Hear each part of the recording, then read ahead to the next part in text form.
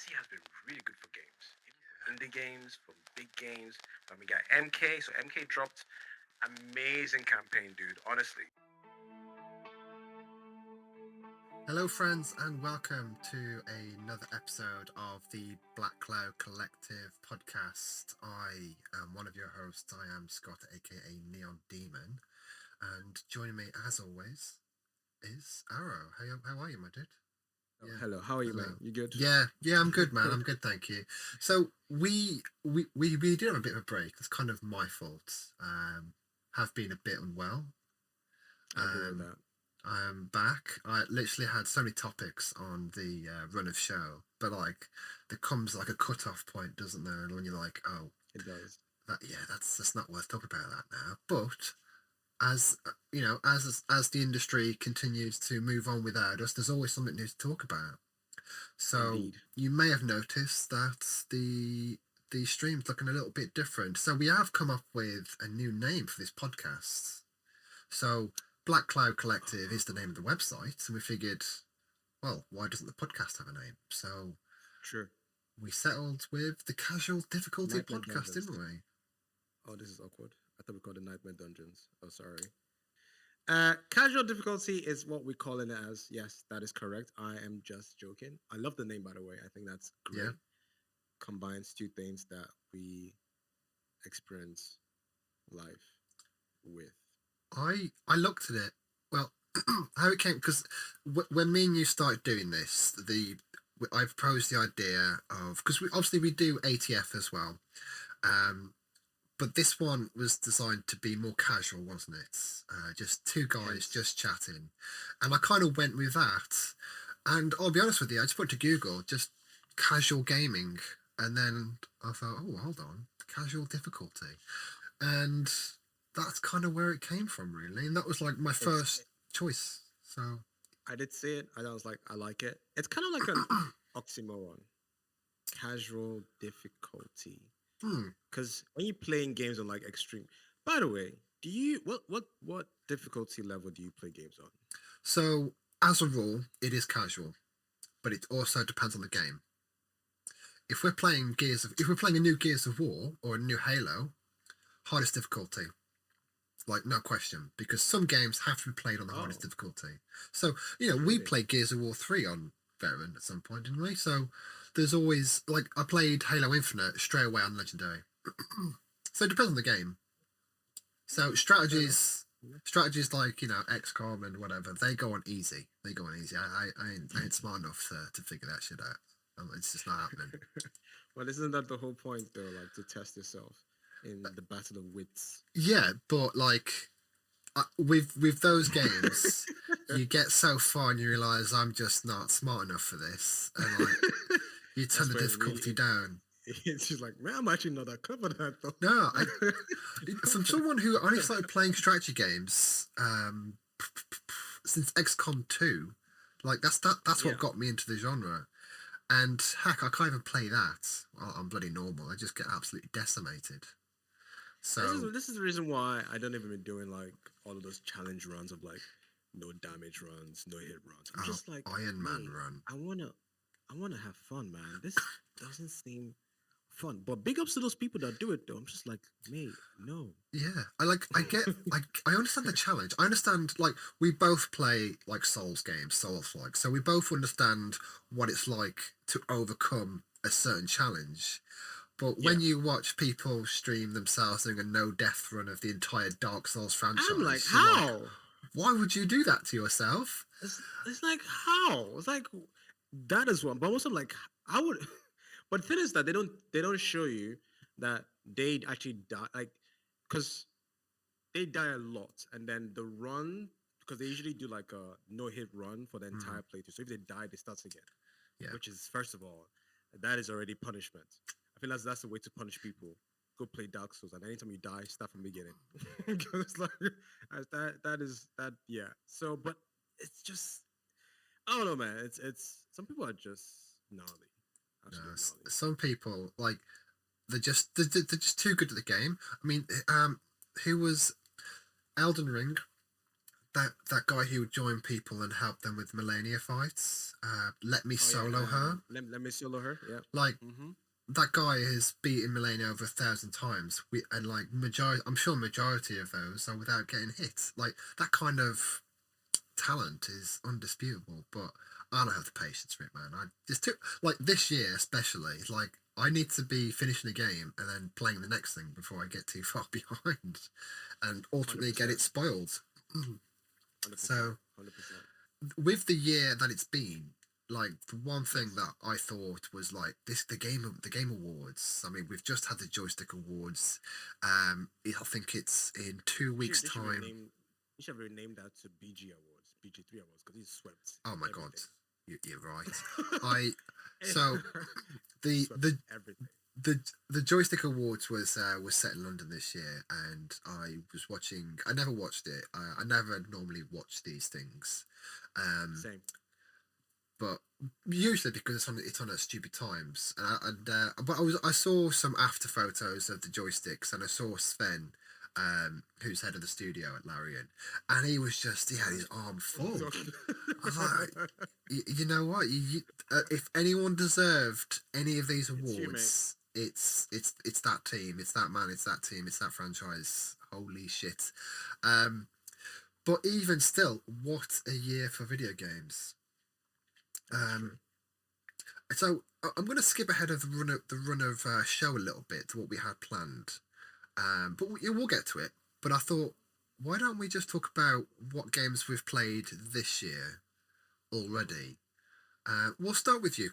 I feel no. I feel like honestly, this year it's been a lot of great games.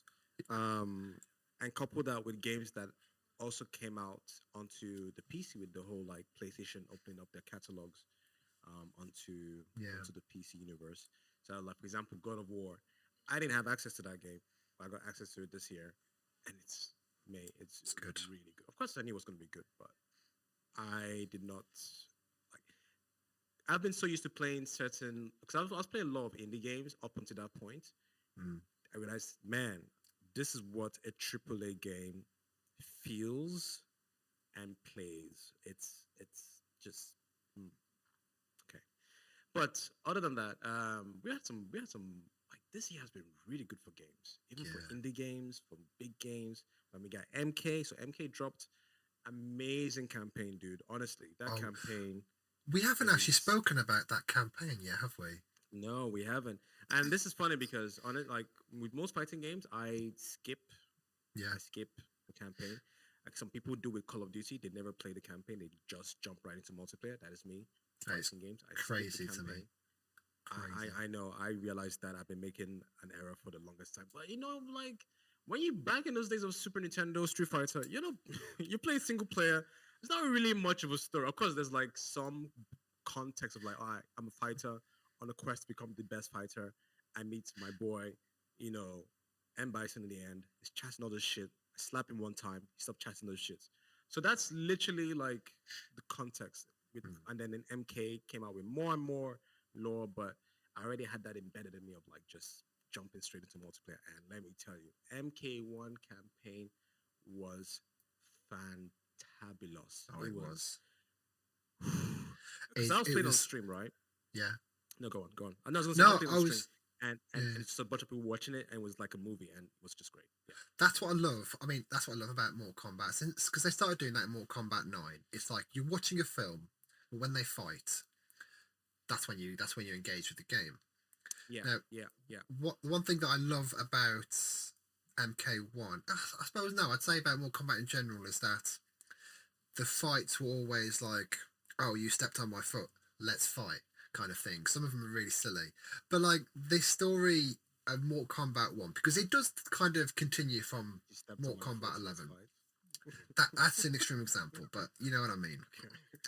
But like it's the story was absolutely phenomenal, and it kind of followed the footsteps of the original storyline because it's been Yeah, rebooted a couple of times now. The first reboot was Mortal Kombat 9. Second, obviously, is Mortal Kombat 1, the most recent game. yeah, But it has callbacks to different universes from like like Mortal Kombat 3, Armageddon, and the ending. I mean, I'm not going to go into spoilers, but I had a grin on my face the entire time. You get to Oh my choose. god, that part that Yeah, if you haven't played it, honestly, it is. If you don't play fighting games like that, the campaign, you don't even need to know combos or anything like that. It's mm, just mash your way through, but enjoy the story. Like, it is fantastic. It's yeah. really good. I mean, you could just. I mean, this is what my little brother does. He doesn't play the games. He'll just go on YouTube and just watch the movie. That actually, Simple as that is that. true. And That is true. I think it's usually IGN are the first like media outlets to just put that up there because that's the thing that people Okay, do. yeah, But yeah, yeah. that's definitely one of the top games of the year. That's definitely one that we've most been looking forward to. Yes. I mean, but I'll go next. I mean, one that kind of came out of nowhere for me, and it's not what you think it is. Um, it was actually Lies of P. So Lies of P. when that got announced, I thought, oh, that's pretty. HBO Oh, show. another Souls-like game, but it's based Yeah. in the excuse me, the Pinocchio universe. So that was an intriguing concept in itself. Cherry on top was that it came to Game Pass day one, so I was on that, and I've got to say that that blew my mind. Like this was pretty much their first game. I mean, I think they dabbled with a mobile game previously, but as their first proper AAA game, they knocked it out of the park and then some. It's obviously got some callbacks to heck Bloodborne. It it plays so well. It looks incredible. And one thing that Souls like don't always get right is how they feel. Was multiple studios actually. New is New is games around 8 studios as well. Hmm. Um, Oh, it and was Round Out Studio that made it. So round it okay. looks. I think Neo is might be the publisher. Ah, okay. Yeah, I Um, was looking at what they've done in the past, yeah, and you're right. They've done like MMORPG on Steam. But given this is their first like triple A ish game, yeah, I guess we can call it triple A. It's absolutely. fantastic. It I really mean, is. it, Yeah, it it kind of. I think for a lot of people, it kind of came out of nowhere, and it it did. quickly rose to the top of my list. I mean, already at that point, it was already a pretty stacked year in gaming. I mean, heck, we had a mainline Zelda game. Um, but on top of that, we got Starfield, we got Alan Wake 2, we got Sea of Stars, which was a kickstarted indie game that's been on my list for years. That lived up Mm, to all the hype and then some. We have, of course, I mentioned Zelda, and of course Baldur's Gate 3, which I guarantee was on nobody's Game of the Year list as soon as this year started. That came out of nowhere. Um, Honestly, I think BG3 was probably the most surprising one for me because I mean I had played Divinity, um, another game from Larian Studios, but I never played the Baldur's Gate game, and I knew that was more like D&D focused, yeah, and I think a lot of people was like their first foray into that D&D style game with BG3, and they did it so well. But we can get into that in a second. But no, that for me took me by surprise about how good was going to be. But yeah, absolutely. I mean, I as soon as because that was in early access for a long time before the full release, and mm-hmm, mm-hmm. um, I only know of one other person that was in the early access, and that was Jake, a friend of the show, Mm. Janison, um, and we both had a passion for Baldur's Gate, um, Yeah, but you play so much of early access, and your save gets wiped after every update. You're like, what, I'm just going to leave it for a bit. So I never really kind of because I knew Divinity was good, and I knew Larian Studios. They went through the same motions. They do early access. They make all these changes, and the game went through yeah, so many changes, and the final result was just phenomenal. I think we're both coming agreed. towards the end of Act One, um, but that's gonna it's a stacked year. Obviously, I didn't mention Spider Man. What else am I forgetting? That's true. Spider Man, Diablo that's true. 4. You know what? Diablo It's 4 was in there. yeah. So most of the games we've listed have been nominated for It's got me thinking. This was the first time we've experienced this popular fairy tale, children's, fairy tale explored in a very dark fantasy way. I imagine Mm. something that this is what HBO would do if they made a game. They just Oh turn it yeah, into this. And just dark and I mean, gritty. it's yeah, very dark and gritty. What just out of curiosity, what other fairy tale children's Yeah, fairy tale would you like want to see turn into a that is game? an Souls like excellent game. question. That is a fantastic question because with it being based on Pinocchio, kind of opens the door. I mean, think about the Brothers Grimm stories, the original Ah, predecessors of the Disney's the Sleeping Beauty. They're quite dark in true. They're themselves. quite dark. That's true. That's Um, true. That's true. you know, um, God, you can Thinking, pick any of those, couldn't you? Really? I think all of most. Could you imagine Shrek as a Souls-like game? Because that dabbles in all the fairy tales. It But I think would be that's very cheating because cool. that obviously encompasses the I'll put entire. everything together, yeah. But do you make it? Do you still keep the comedic element to it? Because with like that, with Souls, like you don't really have that comedic element, which Shrek is all about It as would well. it would certainly stand out from the pack, but no. What works for Souls games is gritty, high Yeah, fantasy. yeah. I never thought I'd be talking about freaking Souls With likes and Shrek. Shrek in the same sentence. Um, Hey guys, make it happen. 2024. Okay, do it. Do it. so you've that is a great question. Probably you have me think about that for a while. But Think about it, fit. guys. You need to finish Lies of P, and anyone Yeah. who hasn't finished, please do because the ending is very very rewarding. And I think they've got an expansion. I think they announced an expansion. They've definitely announced a crossover with Wolong. So plenty to look forward to with that studio especially. And I cannot wait for what they do next. Like, do I want Should be Lies of interesting. P2? Absolutely, absolutely. But I would love them to either do that or even explore like another children's fairy tale, yeah, from that sort of like universe. I think that yes, would be pretty cool. yeah, that Maybe do would be something cool. with I can't remember his name now. But yeah, no, either Liza P2 or another one would be great. Yeah, I agree. Anyone who's finished Lies of P is probably grinning right now because they did tease Let us know in something. the comment, guys. Let us know. Let us Yes. know. So yeah, let's tuck in, shall we? So the Game Awards, or AKA the Keeleys, that is airing Achilles pet project. Yeah. this his pet project, 8th of December. That's 12:30 my time AM. So that's gonna be 1 a.m. No, 1:30 my time. Yeah. Wouldn't Okay. I need to double check? It's I might have gotten that mixed up because I I was talking to a friend about this and he was like, you got your dates wrong, and I think I might have looked up last year's show without realizing. Mm-hmm. So it's definitely the 8th of December, but I think that might be US time. So I need to look at the time zones to try and figure that out. But yeah, I mean, we've obviously had all the nominations, all the you can go on their website now and vote for all the games that you want.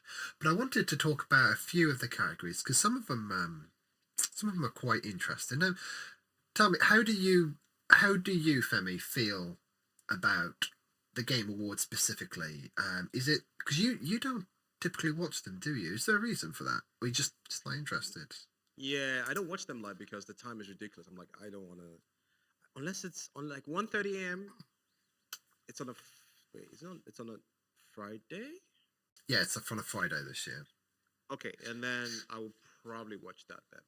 Yeah. Otherwise, if it's like on a weekday, I'm in bed. I'm not staying up that late. I work the next day, so I would watch it on YouTube typically. But no, I do like the show because we also get to hear or see a lot of unannounced trailers. I Mm. know that this year, which we don't even have in here, GTA is meant to drop a trailer December, right? And we don't even know if it might be in the Game Show Awards. It potentially is. It could be. I We would be don't very know. surprised if it did. I would But not expect GTA. GTA does not need the Game Awards at all. they don't. They don't. They don't. But imagine if I was Jeff, I would be like, hey, look, guys, I want you guys to come do this, whatever it takes, because that would be insane. Like it would be insane. That's what I'm saying. Like there've been other announcements that have come on the Game Awards as well that has been crazy that people didn't expect. Hmm. So that plus also obviously just like seeing all the games that came out this year and be like, oh well, like acknowledging all the different things that came out as well and just seeing what wins what. It's also quite interesting. It's like our Oscars for gamers, pretty much. So Well, it's more.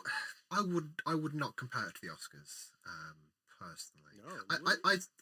I see the Game Awards as more of a marketing thing, like because I want to push back on GTA being there because if I was another developer, I would get no no SEO from showing my game off. I'd get because it'd be dominated by Grand Theft Auto, wouldn't it? I'd get my game would be drowned True. out no matter what. Heck, you can drop a new Resident Evil and Well, you other wouldn't games, but that's you for other wouldn't games. know But for about Jeff, it it's like, because hey, GTA's been yeah, announced. But yeah. And of course, it will cannibalize other games for sure. Like no one's like, yeah, man, I don't care about that code. Whatever, whatever. GTA, yes, yes, yeah, like absolutely. I understand. I'm thinking more for like if I am Jeff, I would want that. GTA oh, doesn't need it. absolutely, absolutely. Like we know they don't need it. We know Rockstar Studio doesn't need it. They can literally drop it right now at the most inconvenient time for Mm. everyone, and it would still do well. I mean, that's Still typically pull what off. they do, isn't it? I Yeah, don't think I can't remember the last time they announced anything on anyone's stage. that's true.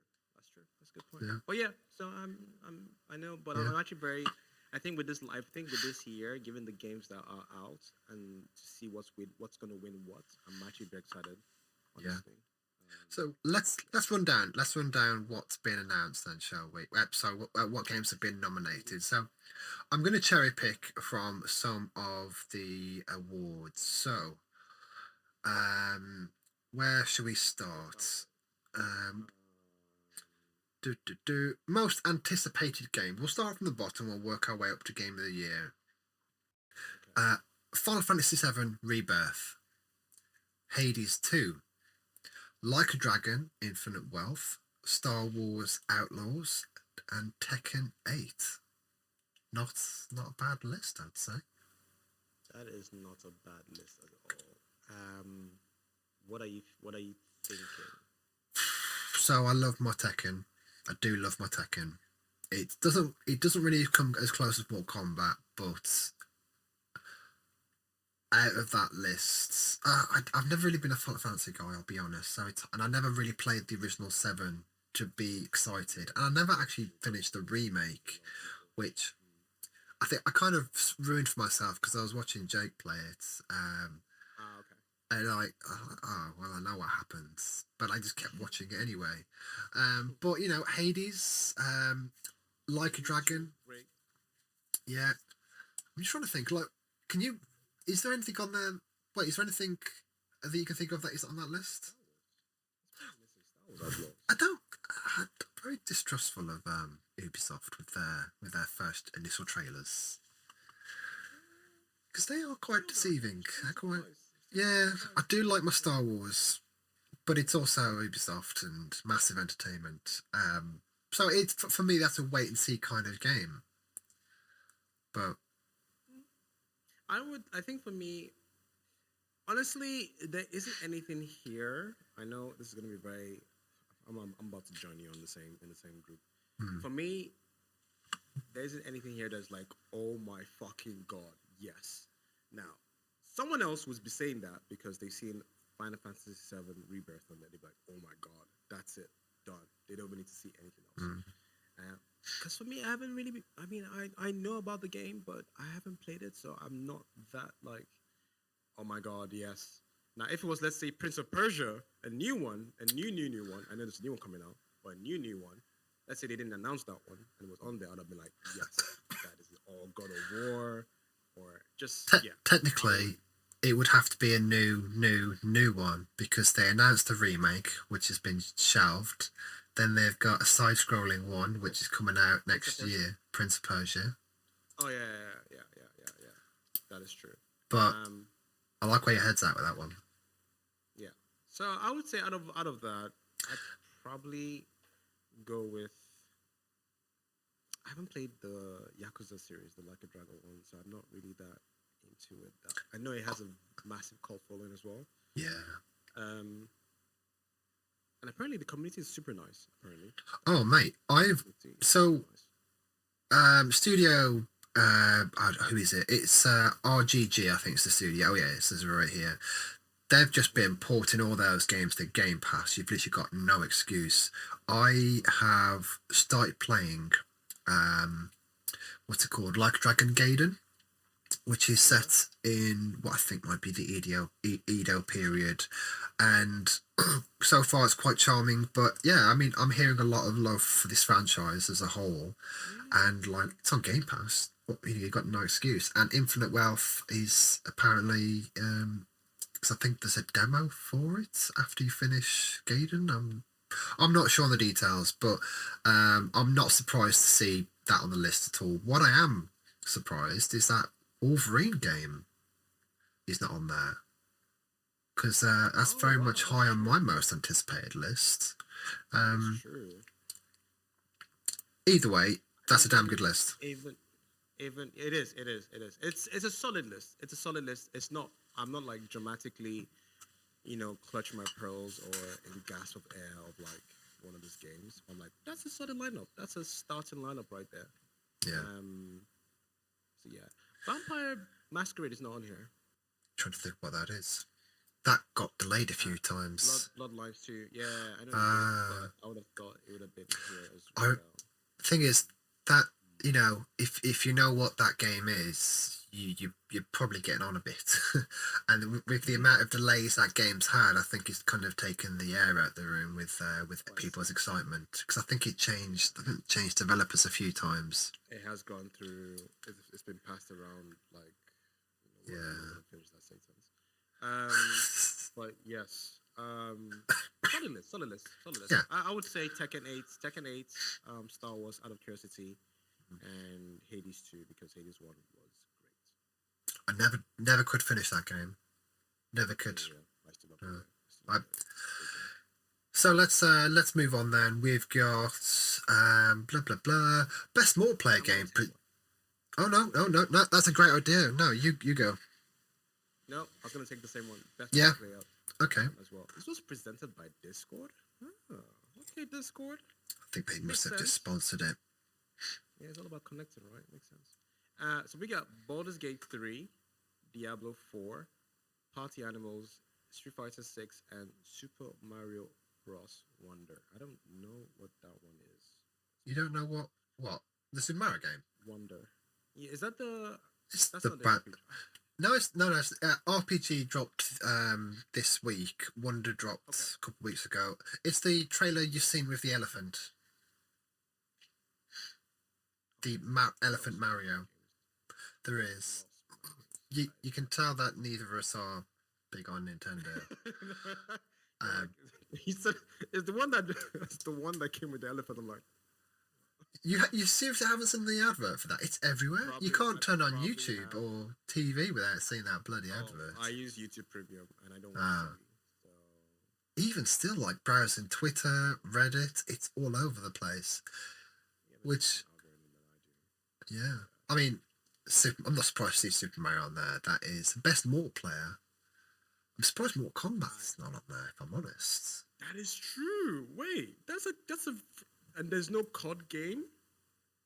There's no Call of Duty. There's No, I don't. Call of Duty wouldn't have met because of the deadline. If I'm not mistaken. Oh yeah, that's true. Okay. Wait, what other? Okay, that's true. Fair enough. I'm trying to think. Like, Um, multiplayer games this year. There's I can't really think because No multiplayer games. Counter-Strike? Was there a new one? But there's League of Legends okay, no, because that's best esports game. Never mind. Okay, that's fine. No, that's fine. Okay, no, never mind. I mean, I was quite surprised to see Diablo 4 on there because I don't really see. Yeah, but like best multiplayer doesn't really. You can tell there's not a lot of multiplayer like big games came out. No. Besides SF6 and Party. By the way, Party Animals is great. It's Yeah. oh my god. I remember seeing the trailer Have for you played that. it? No, I haven't. I've not had the opportunity to play with anyone. It's the kind of game you would want to play with people. Yeah, you should when next time play on stream. You should join me. Yeah. No, I'm gonna have to do that because it does look like a lot of fun. So, let's move on then. Oh my goodness me. Oh well, best fighting game. Let's go with that one. So we've got God of Rock by Modus Games, Mortal Kombat 1. Not surprised to see that.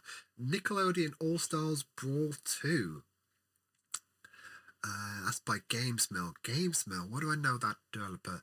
They put out that awful Gollum game. I think that's where I know. It's either the Gollum game or the King Kong game, one of the two. Okay. Pocket Bravery and Street Fighter 6. Man, God, that is a very not great lineup. you know, we almost had a year of a new Mortal Kombat, a new Street Fighter, and Tekken. I need Tekken. Tekken drops early next year. Could you imagine a year with all those three? If Tekken came out this year, that category would have been fire, man. Yeah. I don't even know who would have won it. Probably MK. Then I don't know. I don't know. So I've not played the new Street Fighter 6, but from what I understand is that they've kind of looked at previous Mortal Kombat games and done a similar kind of story mode. Oh, okay. I might be getting confused with Tekken. I'm gonna have to play it and find out. But you grew up playing the Street Fighter games, didn't you? Is there much of a story to that? I told you about my relationship with fighting games growing up. I rarely touched the story mode unless I'm playing single player mode. And then back then it was all about I want to be the best fighter in the world. I'm gonna travel to Thailand. I'm gonna travel to Brazil, and eventually get to one place, slap Bison. I'm now the king. So that was my But I don't think fighting games. there's got to be a lore to it, surely. It's like a story No, mode. no, But I there's a lot. never. I mean, it's progressive because you got Akuma, which Dark Side of Ken, Evil, Ryu, Yeah. a lot of new characters. I think it's still honestly I don't even know what it is now because Bison is no longer the main dude. It's changed. My Because my knowledge of the story for Street Fighter is limited to the Jean Claude Van Damme film. That's as much as I know. so yes, back in the Bison days, correct? Yeah. So I mean, looking at that list, I mean, it's got to be between Mortal Kombat and Street Fighter. That's Let's just say that. 100%. I don't even know what would win because they're both cracking games. Um, Mortal Kombat's going to benefit from recency bias Yeah, as well. yeah, true. That's true. But I can't say which one is better because I haven't played SF6. Or Street Fighter 6, I should say. But MK is great. But Yeah. like you said, it's down to those two. I'll probably give it to MK. I think Just have fun with it. I have to as well. I've been so I obviously played the crap out of that game when it dropped season one.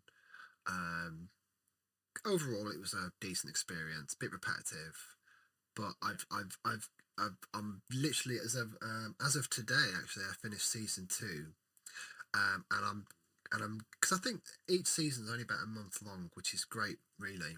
And I've got myself into a rhythm of playing as a new character each time.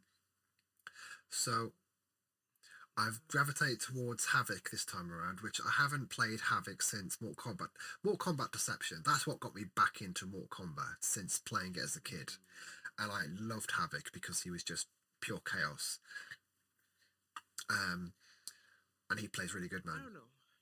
I don't know. For me, like, look, fighting games is all about I pull up, you pull up, we go 1v1, and somebody's gonna get their ass whooped, and someone's gonna get taunted, and someone's gonna be very unhappy. That's how fighting games is for me. If I can't do that, seasons and stuff is nice, but I want to fight 1v1 with someone Yeah. I know, and just have that kind of competition. Which is why I've actually not been that much into MK1 after the campaign because there isn't any crossplay sucks. But I know you tweeted something out, or you actually retweeted something out and tagged me in it about crossplay coming Yeah. soon. Once that comes, I will be back on it, relearning all the combos, and then proceeding to open a fresh, non-GMO, all-purpose ass whooping to many people that I know. Are you not worried that you've not had as much practicing? Because I haven't stopped playing Mortal Kombat, and I'm no expert Talent, at all. talent, talent is just embedded in me. Like, Yeah. if you got it, you got it. Some people gotta work hard for it, but if you got it, you got it. You know what I mean? So, watch if I'm gonna get my ass kicked. And you'll probably be streaming it as well, so we'll have an audience this The time. moments I see myself, I'm like, guys, I feel unwell. Man, just everyone, yeah. I'll just be like, yeah. Not today. I gotta go. I'm actually looking forward to that. I'm looking forward to it because we can set up a tournament. We can invite people in. We can have a group of people and just go through the motions of rotating it, and we can introduce people to the way that we play Mortal Kombat. That's turn off the cursor, hit random. We don't know who we get. Obviously, you get the character you know the best, and I get someone I've never touched before, and then you cream me, and then you rub it in. I get annoyed. We start shouting, and we go through the motions, and that's how we play. That's how we play fighting games. But this list is just incredible. I am itching to play Street Fighter 6. I haven't played a Street Fighter game since I bought the classic Street Fighter tournament one of the Street Fighter games for Switch.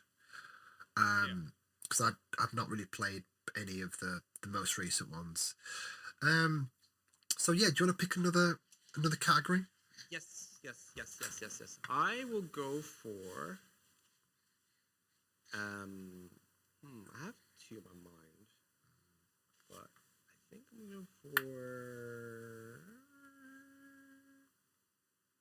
Okay, let's go with this one. Best RPG. That's a tough category. That's a tough category this year. We got. The lineup is stacked, man. We got Baldur's Gate 3. We got Final Fantasy 15? Sorry, 16. We got Lies of P, Sea of Stars. That's 16, and, yeah. Yeah, 16, yeah, and Starfield. So I've already played Baldur's Gate, Lies of P.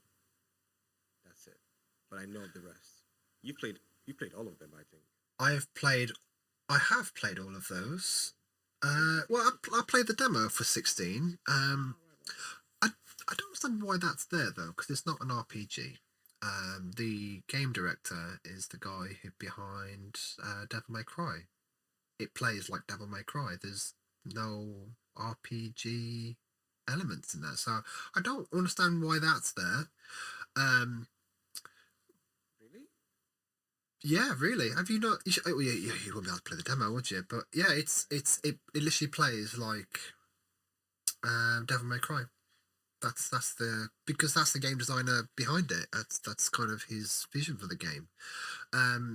But Sea of Stars, Starfield, Baldur's Gate's going to win. It's going to win. It's going to sweep. It's going to sweep the awards this year.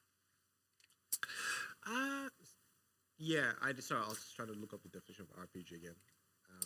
Just trying to refresh my memory. I think it's still an RPG. So looking at definition, it's basically a game which a player assumes the roles of characters in a fictional setting.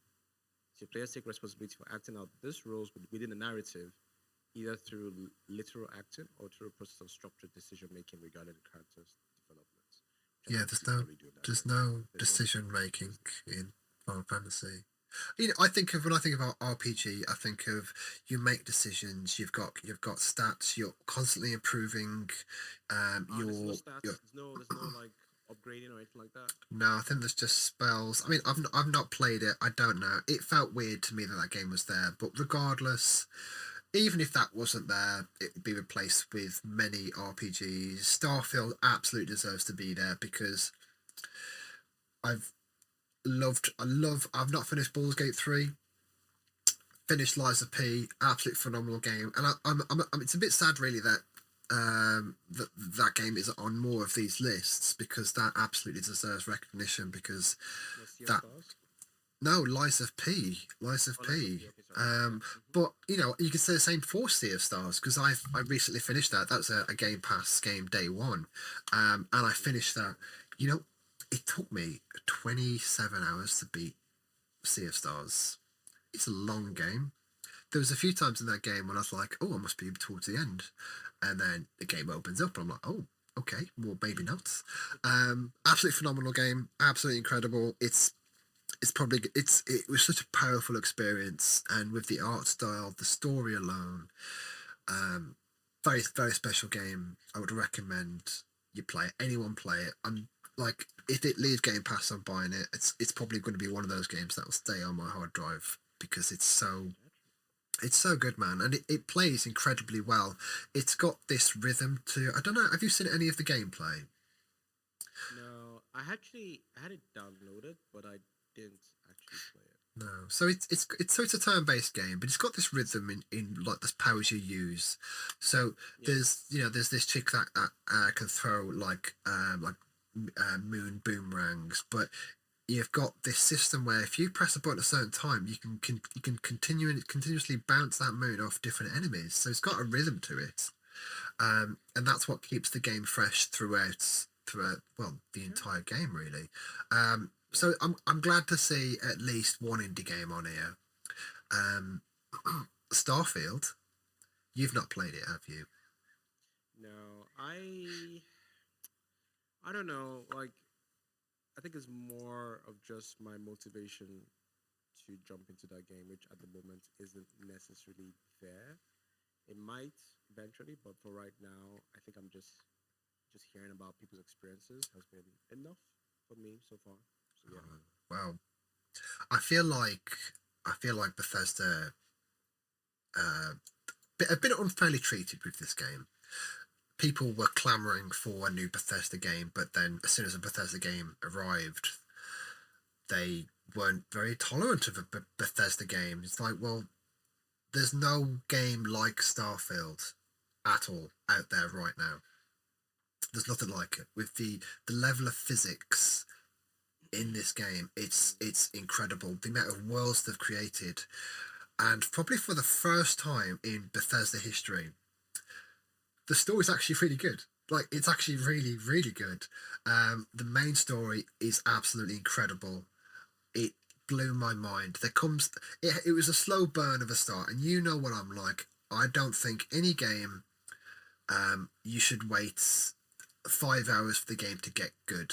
Um, I this agree. is one of those games, but the payoff is incredible. The faction missions, they are all very, very memorable. Um, and I think it's going to be this game won't get the love it deserves. It won't, and typically they don't. Yeah, especially because it's a Bethesda game. They've not done anything new in terms of gameplay. Really, it's basically like Fallout in space. Yeah. But then you've got Baldur's Gate on that list, which is doing something new. It's got mocap. It's got phenomenal voice actors. It's got a fantastic story to boot. It's like one's not like the other, but they're both different in their own right. So Yeah. I think Baldur's Gate's gonna get that quite easily. Um, I agree. I think yeah, if Baldur's Gate wasn't in this, I think it would have been a pretty even match between Lies of P, Starfield, and maybe Final Fantasy potentially. I think there's a case to be made for all of those games for best RPG. Well, except for Final Fantasy, which I already touched on. Um, but I think new IPs. I'm glad to see a few of them there. So True. yeah, very happy with that list. Very happy with that list. So I think the next one is best action adventure game. So we've got Alan Wake Ooh. by Remedy. We've got Marvel Spider-Man 2 by Insomniac. We've got Resident Evil 4 by Capcom. That's the remake, obviously. Star Yeah. Wars Jedi Survivor by Respawn. Completely forgot that game existed. Fantastic This just game. came out this year, actually. Yeah, man, I absolutely adored that game.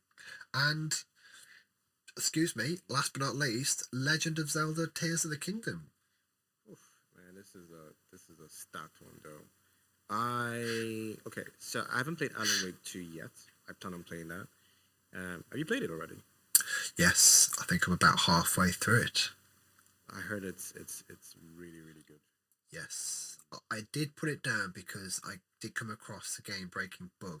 Pretty much something glitched into the floor that wouldn't allow me to progress. So I was like, oh, well, I don't really want to lose an hour. I think they have fixed it. I did see a patch, and I did see something about things being fixed that glitching. So I think that's sorted that out. Um, but I think Alan Wake needs to win some awards, man. It's incredible, absolutely incredible. The first mission was just absolutely gorgeous. Like, did you ever watch Twin Peaks? No, but I know of it. So it's basically that, Okay. but it's because they've kind of changed direction with the sequel. It's more of a survival horror game, a bit like Resident Evil 4, which is also on this list. Which Um, it is, which it is. No, but I have every intention of playing it. I just need to finish a few games first before I start this one. Spider Man is on here, a latecomer, but I know that's from what I've heard again, given that I don't have a PlayStation. Um, it's really good. yeah, Like it's really really good. Like really good. Have you played it?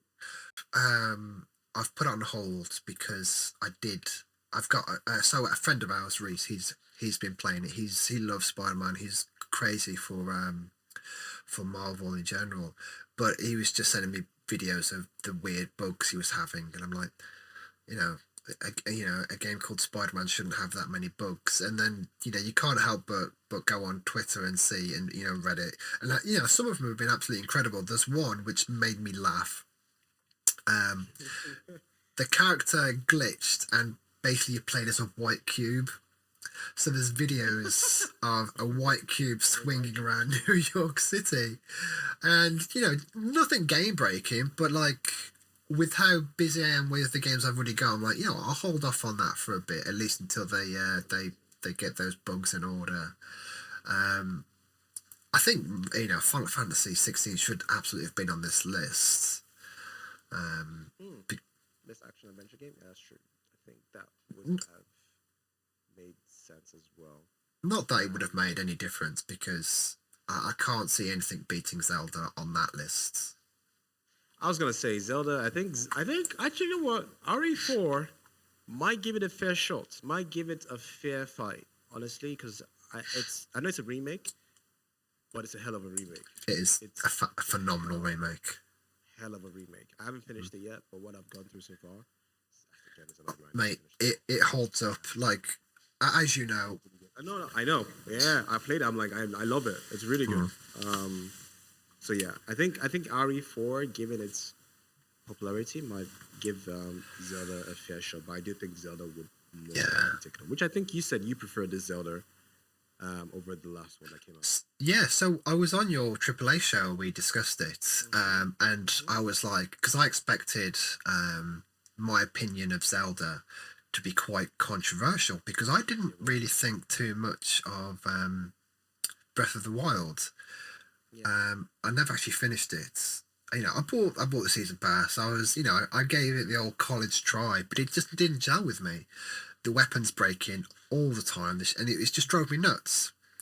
And then I got Tears of the Kingdom for my birthday as a gift. I thought I'd check it out. So I had to eat my words, man, because Tears of the Kingdom is absolutely an improvement on the base game, on Breath of the Wild. And at first I was a bit, reluctant to give it a go because of how I felt about Breath of the Wild, and I'd come across as a bit of a hypocrite if I spoke about how much I love this game. But it was that good. I was like, I'm gonna have to eat my words because this game is special.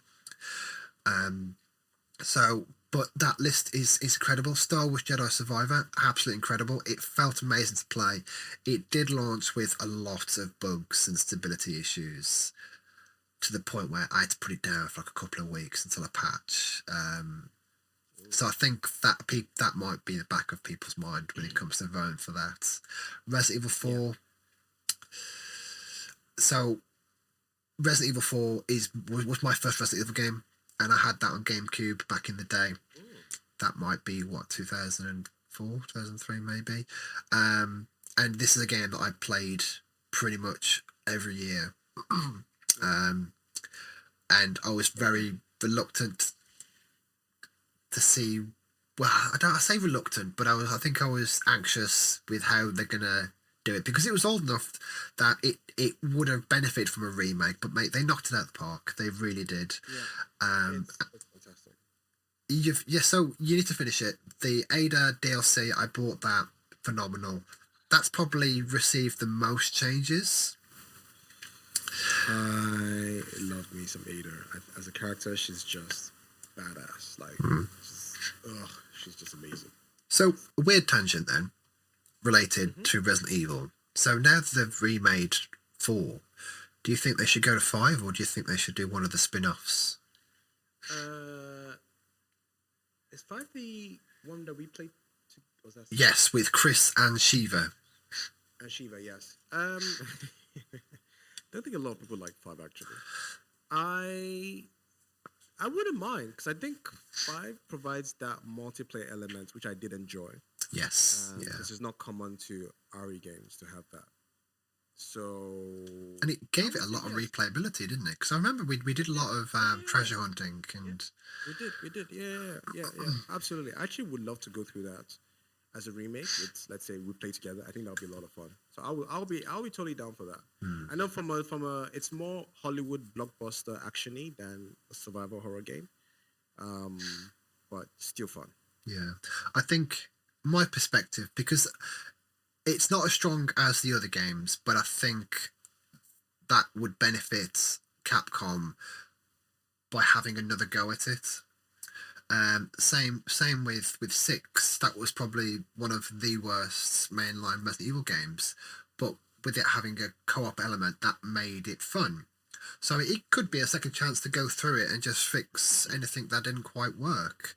But yeah, I'm definitely down for anything Resident Evil, to be honest. So yeah, I'll definitely go for that for sure. Yeah. Because again, people love nostalgia is a powerful drug. Okay, so. You can sell that, and people will always want to experience that. Like, I remember back in those days we played this. So yeah. Just looking at all the games that have been nominated for these different categories, I'd say more than half of them are existing franchises that have been going on for a long time. Heck, Final Fantasy, Gran Turismo. So we've also got another category which I've just realised doesn't actually quite make sense. So we've just had Best Action Adventure Game. That's one category, but there's also another category called Best Action Game. Best Action Game. Yeah, so, I saw that as well. I was like, and that's got a different set of video games on it completely. So we've got Armored Core 6: Fires of Rubicon. That's a From Software jam. Dead Island 2, which I'm so glad that's getting some kind of recognition because everyone expected that to just flop and it didn't. It was absolutely incredible. We've got Ghost Runner 2, which is a sequel to a game that both of us really enjoyed, didn't we? I mean, you streamed a fair bit. I didn't finish it. I haven't finished it yet. I would say I like it. I'll leave it as that. I'll say I like it. It's a. Yeah, it reminds me. For those of you that don't know what this is, maybe if you played Mirror's Edge, this is taking you way back. It's kind of like that, but you have a katana. You can do some ninja shit, but also involving a lot of platforming, but first person view. I thought it was fun. Ghost Runner 2 looks very interesting, especially the fact that they've added like a bike level, which is pretty sick. So they added more variety into sort of the levels that you can go through. So I thought that was nice. Hi-Fi Rush. Now, I completely forgot that was on there. That was. This is a great game. Although it made me realize that apparently I don't have rhythm, which I thought I did. Oh mate, I thought the same thing. I was like, I'm trying to hit it to the rhythm, and like, I really suck at this. But you can finish the game and still do quite well without actually hitting those beats. No, you gotta hit the beats, man. That's when it I couldn't. I couldn't. But I stopped as well. I was like, I suck at this. But I like the music. I like when you're on point. it is great. Plus, the story is great. The character is great. Yeah. People that you encounter are overall, it deserves to be on there. So no, it's Oh, worth it. absolutely. And this was a game that was a surprise announcement for the Xbox Partner Program way back at the start of the year. So I'm glad to see that on here with.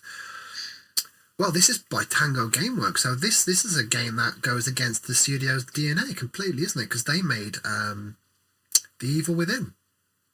They did Which is the recent. What's that recent horror game? That first-person horror game? I'm forgetting the name. I want to say Ghost Protocol, but that's not right.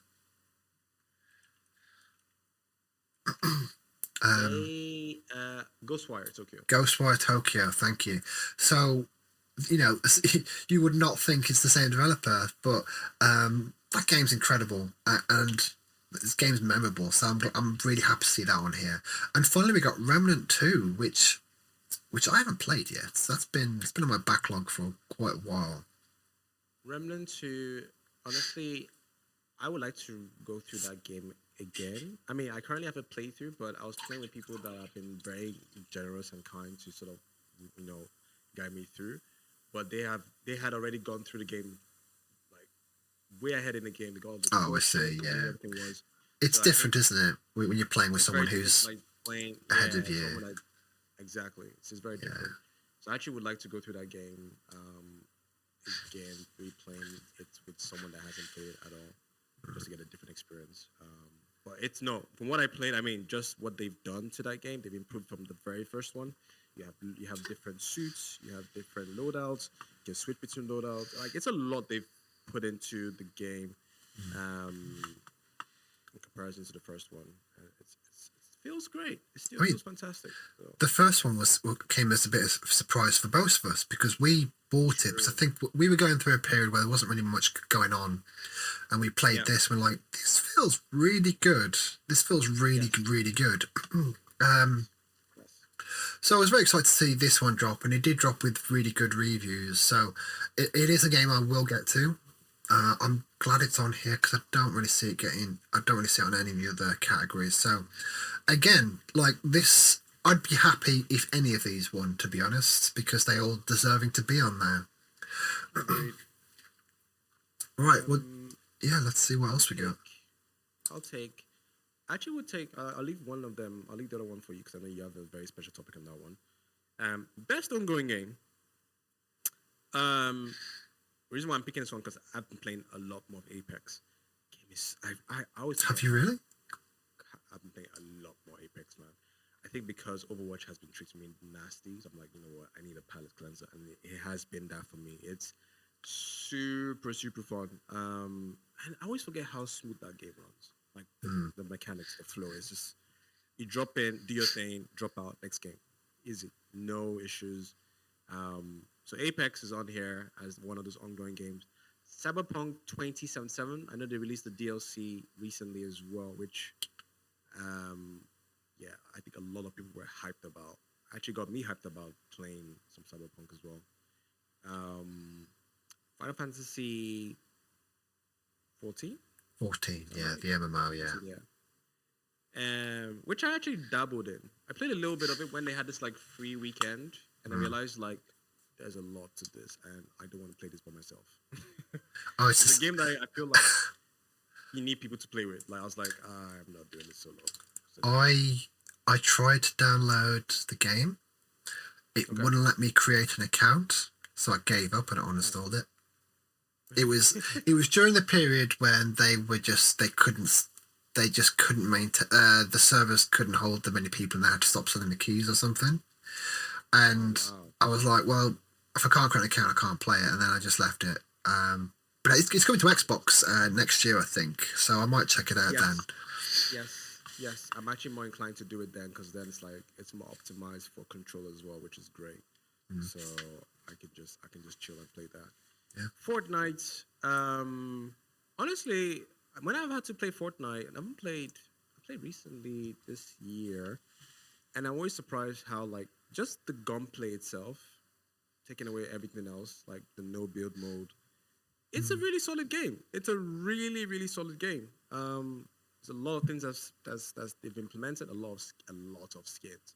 Yeah. Actually, there's actually TikTok accounts for people using the skins to do dances you can have in the game. Like it's a whole thing. Like Fortnite has spawned so many different types of content from like you have artists doing concerts there. You have content creators making content of not from the game but from the dance moves, and then you have obviously gameplay. You have a lot. So I think Fortnite itself, in terms of ongoing game, I can't think of any other game that deserves to be particular on this particular list. And then Genshin Impact. I dabbled in this when it first came out. I was like, Yeah. I'm gonna check it out. I was like, I didn't. I'm not- So yeah, let's talk about the category then, because when Apex dropped, it was a stealth drop. We didn't know about it. Me, you, and Adam, we bummed it hard, didn't we, for that week? And then we realised that no matter what we did, no matter how much we prepared for any encounter, we were just getting slaughtered. You'd get these exotic weapons, this stupid body armor, and then some guy would come along and it felt like they were just one hit killing you. And I got burned pretty quickly with that game. I think we got one chicken dinner, whatever it is. That's not that game. That's something else. That's PUBG. And I'm surprised that PUBG's not on here, which is weird. yeah, this list is probably the one that could have been expanded. Sea of Thieves, That's true. Halo Infinite, which has made a 180 Sea of in terms Thieves, of. stop it. We don't call Sea of Thieves into this. Sea of Thieves is not. No. Stop It's one of the most successful ongoing games going on right now. Yeah. Don't believe that. What ongoing? So when you think of this category, best ongoing games, what do you think of? Do you think of games services? Not Sea of Thieves, I tell you that. I don't think Cyberpunk 2077. That's a single player game. What on earth is that doing on here? This is a game. So when you release a game that doesn't work, and they continue to put out patches, fixes, That is and then an ongoing. expansion, is that what we're calling an ongoing game? No. I Just define what ongoing is. I would put that in the category of games that were eventually fixed. Games that, no, you mean ongoing games / that as well. Well, technically, every game is ongoing then with that mindset. I mean, no game drops without its issues. I mean, I've recently started playing Lords of the Fallen, and that is not a very good optimized game, like at all. Yeah, I know you mentioned that. No, but in all seriousness, though, I do agree with you that I'm not sure why. I think maybe because I think okay. I think that it would be nice to understand how, like, what do you define ongoing as? Is it games that's to getting DLCs? Is to getting like big updates, like that? And in that case, I understand why Cyberpunk is on there because it's getting, besides the patchwork, like DLCs that has patchwork. It had an expansion and it had a 2.0 update, which changed some of the features of the game, but I don't think it added anything new. Fair enough. Okay, fair enough. No Man's Sky, of course, would be on here because they're absolute monsters. Those guys, they keep bringing out these substantial updates quite regularly. Yeah, that's a good point. Sorry, I take that back. I'm looking at the wrong one. I'm looking at ongoing game. I saw No Man's Sky on best community support. So that's a different one. But even still, that's a category I don't really care about. I'm just glad Destiny's not on it because that's a whole can of worms. It's true that it's not on here. That's a very good point. Yeah, I would have thought. I mean, Huh. I think Diablo should have been on there. You know, that's more combat. They've both had 2 seasons. They've both had some support. I think maybe it's like really older games. I mean, that's like games that are much older. Yeah, maybe. But why wouldn't No Man's Sky be on there? But that's usually on there, isn't it? Great question. So, Great question. yeah.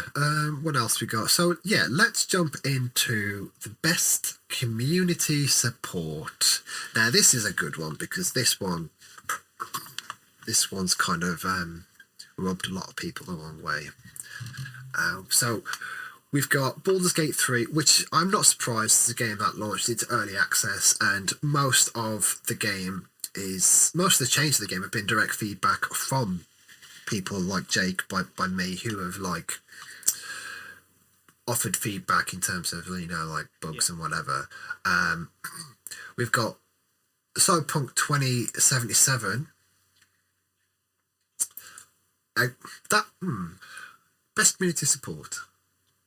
I don't know why that's on there either. Interesting.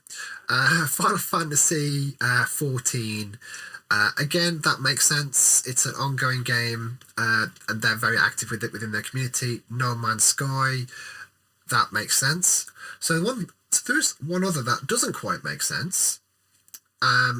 So Destiny 2 was announced, was nominated for the best community support. Now this one made me laugh.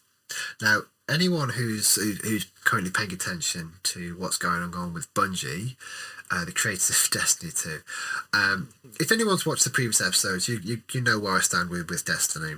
But this is a company that was bought for $3.7 billion by Sony. That included $1.2 billion for staff retention. So that was about, let's say, just over a year ago, almost a year ago.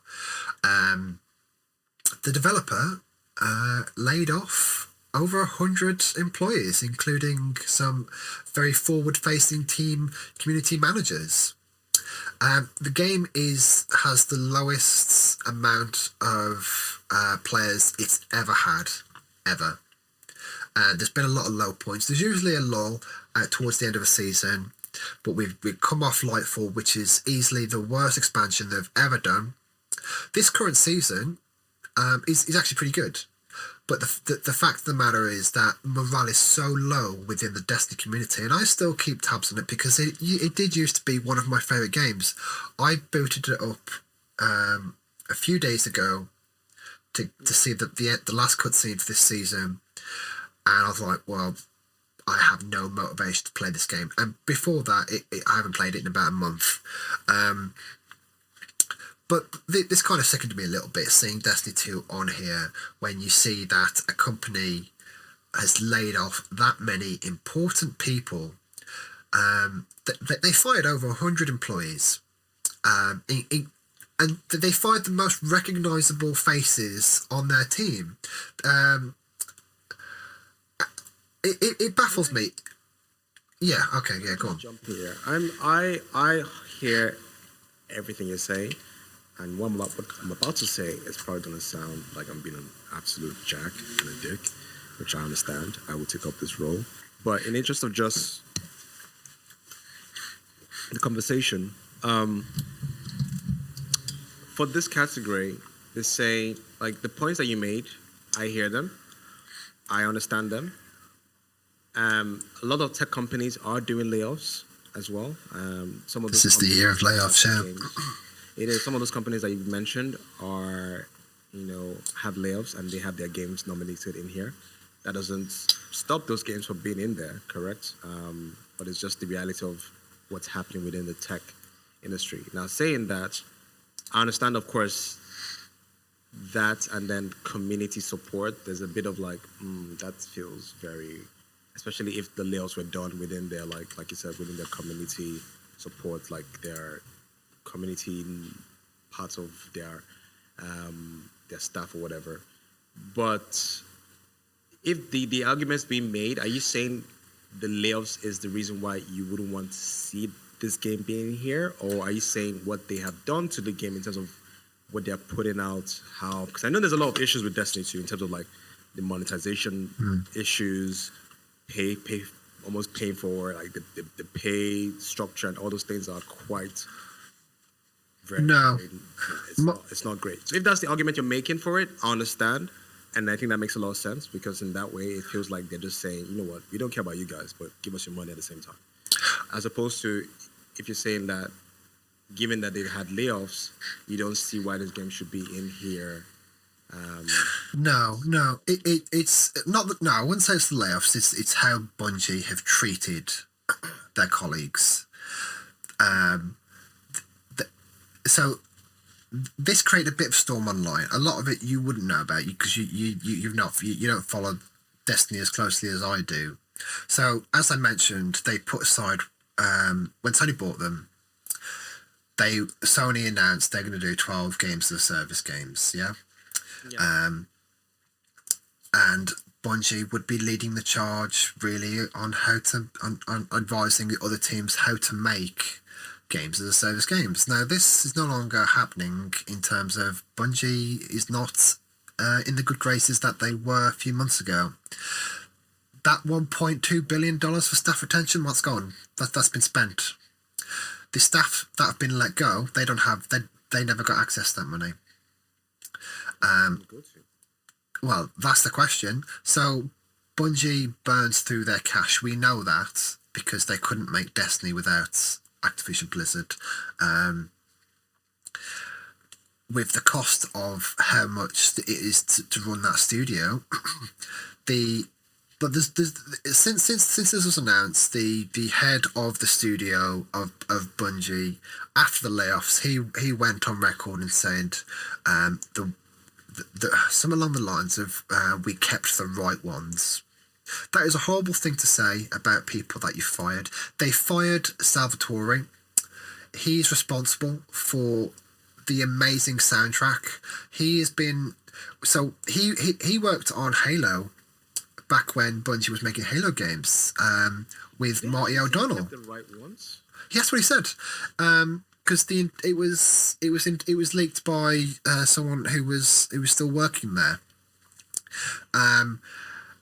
It's left a bad taste in my mouth, and the community feels the same way. And how do people communicate that? By not playing the game, because the morale is gone. This is pretty much a culmination of what they've done to Destiny as a whole in terms of microtransactions, in terms of everything that's come out about this game. So the community manager, Liara Rupert, I think her name is, been following her closely for such a long time, and she went on record saying that we would put forward all our concerns for Destiny, and it would always get, shot down by Bungie, by the management at Bungie. Like there's a definite gap between the employees that give a damn and the management that are just trying to nickel and dime people. Lightfall was the most expensive expansion to date. It was one of the worst expansions they've ever made. Story-wise, the game still plays fantastic. But, you're coming out with these seasons that, these events that are designed to get more money. And it's gross. It is gross that this game was nominated for the best community support when right now the community is up in arms against Bungie for how they've treated the best of the best. I think his name was Michael Salvatore. He created a song called Deep Stone Lullaby. Anyone who hasn't played Destiny, this man created one of the best songs ever made. He also helped Marty O'Donnell with the Halo games. They also let go of the person who created the Halo logo. Like it doesn't quite make sense. So right now, Bungie's in my shit list, and a lot of people's shit list. But the fact that this game's on here is an insult, and it kind of screams to me that whoever's voting these in just aren't playing these games. That they're just not in touch with what's actually going on. And they're like, Destiny's been going on for a while. Oh, we'll put that in community. It just doesn't make sense that's there, and it's really pissed a lot of people off. Because it doesn't deserve best community support. I agree. I mean, I've seen all the videos relating to just how the way it approaches its game and how it's marketing, or just it's very. I mean, I've dropped off Destiny because I had to pay for every fucking thing, which was I don't mind, but it's like I pay for a specific deal, and then it's like this one I have to pay separately, and then this one I gotta pay, and it's like. Literally just it feels like I'm always handing out cash to them. Yeah. And it's ridiculous. That's why I was like, you know what, I'm done. So I think with that, and then coupled with just everything that you mentioned, yeah, it's a definitely. I don't know. It doesn't seem to make sense that it's on here. But, No, it doesn't. And there's been a lot of movement with Sony since Jim Ryan retired. They are moving away from games as a service. The Uncharted Factions game, not Uncharted, Last of Us Factions game spin-off, that's been put on ice. They're clearly moving away from games as a service. Sony, there's layoffs all over Sony right now. Loads of people have lost their job. It was Sony who dictated that Bungie let go, save money. There was a report on how Sony approached it, and rather than some management turn down their bonuses or get a cut in pay, they decided to let some of the most important people of that game fire them. And it's how they went about it. It was literally their passes didn't work when they turned up to work the next day. Like that is scummy. That's like Google level scummy. that's like Twitter actually. X and how they did it as well. Yeah. Oh yeah. Yeah. It is. And it was very fascinating. It's royally because I've been following Destiny since Destiny 1. You get to know the community managers because they're always talking to you. DMG04, he was the community manager before Liara. He did respond to some of the best community supports that this game was on that list. And this is what he said. Cheers to the studios that send their community teams to award shows when nominated for community-specific awards. Kudos to those that don't reprimand their community team for celebrating upon a win too. So Bungie won an award, I think it might have been last year, or potentially the year before, and they won an award for community support. Their community managers didn't collect the award, management did. And they took credit for that award. And we only found out about that because of what's happened to the studio. This is not the same Bungie that we knew a few years ago. They have clearly nickeled and dimed their entire player base. And I can go on about this for a long time because I always buy the deluxe edition when the game comes out. It's most expensive, but it comes with a year of content. Now they're taking things out of that package and selling it separately. I wanted to play the new dungeon, but when I try and get someone to play with me, it's like, oh, you've got to pay £10, and it's like it's always something. Yeah. And it got to the point where like it's so hard to find people to play with, and like they brought back King's Fall Raid, they brought back Crota's End, which I haven't played yet, and I love Crota's End, but it's so hard to get people to invest their time when they keep vaulting content on top of it. And like, if you jumped in right now, someone who hasn't played the game, you jump into the latest season, you would have no idea what's going on. I didn't know what it was like for a new light player until Sherry Fry joined me. We played a game. She's like, oh, I'm just watching the cutscene. Like, and after a few questions, like, wait, you're watching the new cutscene? That doesn't make any sense. This is a game that has been evolved and added on, Frankenstein together over so many years that anyone playing the game from the beginning will have no idea what the hell's going on. And you'd need someone. Like I've guided so many people through Destiny over the years. I think the way you said it is actually spot on. It has been Frankenstein. I think somewhere along the way they probably had an idea, but I don't know what happened, but it just kind of meshed into this, and there is no way you can pick up that game thinking like, oh, it's Destiny. Psh, I know the mechanics. No, you don't know anything. I tell you that much. You're like, it's changed too much. What? It's changed way too much, and it doesn't really let you. It doesn't give you any way to sort of ease you through those changes. Is it that you know it, or you gotta find someone that knows it, or you gotta like go to the Reddit page and then find all the different stuff about it, and then that's just it's ridiculous. But I 100% agree. I didn't even know about like the whole they showed up to work and their passes didn't work. Mate, I it's think gross. that's just Yeah. that is terrible. That is really really bad. Like, why do people treat people like this? I don't understand. Like, it's already a shitty thing to do to let someone go. Like you're severely impacting this person's life right now. Of course, you hope they find something better and they move on to something even much more better. But right now, they can't see that. So the least you can do is try and make this whole situation as stress free and as humane as possible. And if you can't do that, then there's something really wrong with you. There's just something really wrong with you. So yeah, Just before the don't take it lightly. holidays as well. That's- It's absolutely despicable. But with what came out about the employee retention, like, why didn't the employees get that money? I understand So that actually. That's a very good point. Like, where did the money go to? You said something about operating. Like, it takes a lot for them to operate. Like, I don't like. It sounds very odd. yeah. Yes. So yeah, so Destiny's a bit of a shit show right now. They've clearly pulled a lot of their resources into Marathon, which is that's an extraction shooter, isn't it? So I think there's a lot of pressure on that game to do well.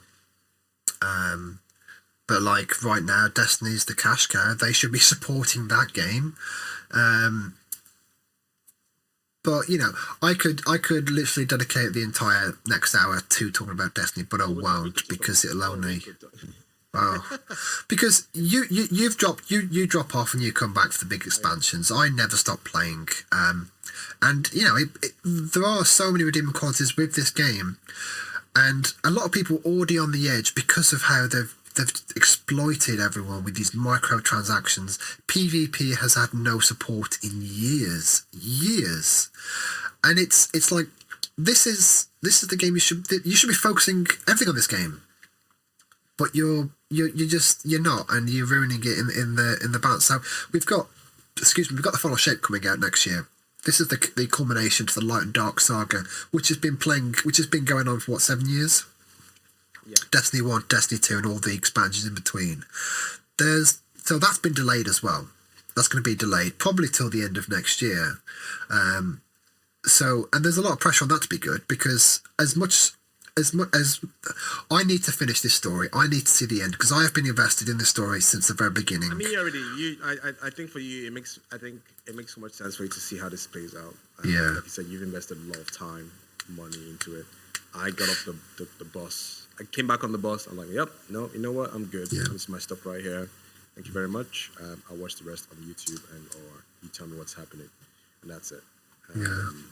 But yeah, I think it makes sense for you to see. I'm actually curious to see how the final ship would look like. But yeah, I'm definitely not spending any more money on that game at all. No, and I mean yeah. When it was announced, I bought the expand like I always do. I buy the thing, and it's so I don't have to worry about paying extra throughout the year. Yeah. So which makes it harder for me when I'm inviting people to play, because like they ask me why can't I play this? Oh, because you don't have that. Oh yeah, of course it's a separate purchase now, and it just makes it's already a game that's so incredibly hard to understand, get your head around, because you know what the fact of the matter is that this game should not be on best community support. I think we can both agree on that. There are more games that are more deserving. Halo Infinite absolutely deserves to be on this list. They have really turned multiplayer around. I'm not going to say Halo Infinite has been turned around, because that game was always good. Campaign's phenomenal. Multiplayer, it had like 3 months of no content, and people were hungry for more. So now the community's back in force. We got Firefight coming out soon, which I am all in on. They deserve to be here. I think I think a new season of Sea of Thieves has just started. They're incredibly in touch with their community. Cyberpunk 2077. I didn't really think they were that in touch with their community, if I'm honest. But Apex should be on there. People, games that have been going on for a while that do make Yeah. changes to their game based on feedback. I think that's, to me, is community support. I don't I know. agree. I agree with that. But hey, let's see what else we got in the list of games of the year. Do you want to jump right into the main one, or you want to take a few more? Ooh, let's have a look. Bu- bu- bu- bu- I'm just interested with the main. Of course, we're gonna take one more subcategory. Well, there's one category that should be on here, but it's not. Um, What is- so I'm just looking through all this. Like, to me, new IPs are the backbone of this of video games. There should be a category for best new IPs. But that's not on here. That should be a thing, because we've had some banging games, and I think indies would do really well on that list. But no, you're right. Let's jump to Game of the Year list. So at the very top, so we've got Alan Wake 2 from Remedy. We've got Baldur's Gate 3, obviously. Marvel Spider-Man. Resident Evil 4, we'll come back to that one. Super Mario Brothers Wonder. And we've got Legend of Zelda Tears of the Kingdom. What do you think of that list, Lily? I think it's a very. I mean, hearing this list again, when I first heard it, I was like, okay, that's very solid. But knowing that BG3 is in here, I'm like, I think I know where this is gonna go to. Yeah, like a lot of people do. I think all those games, whether I play them or not, based on their reputation, and just the general sentiment across, like, different, whether it's from people that that have played it or just different outlets, they are all great games. We talked about Zelda already. We talked about RE4. We talked about Alan Wake. I assuming BG3 wasn't in this lineup, I probably would give it to. Maybe I think Zelda will probably take it, most likely.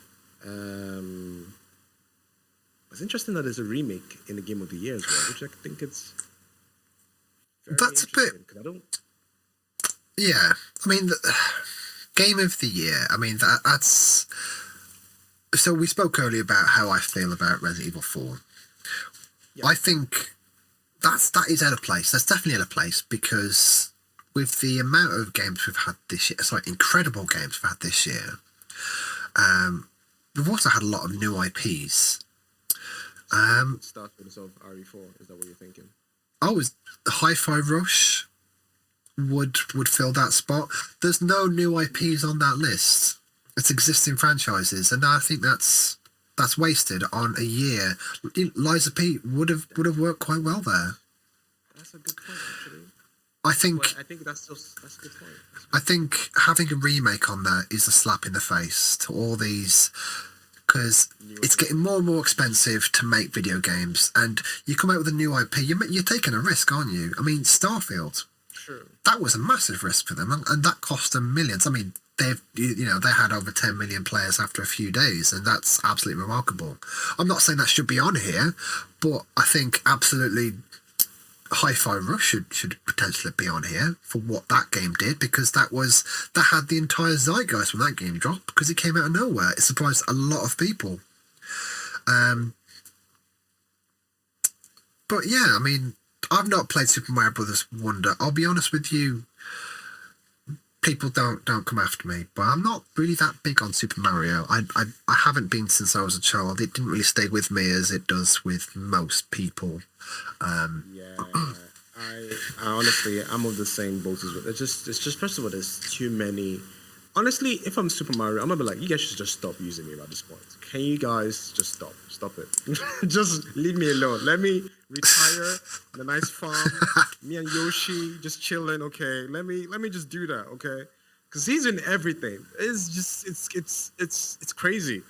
Yeah. So yeah, I'm with you now. I'm not too high on Super Mario since like N64 days. So yeah.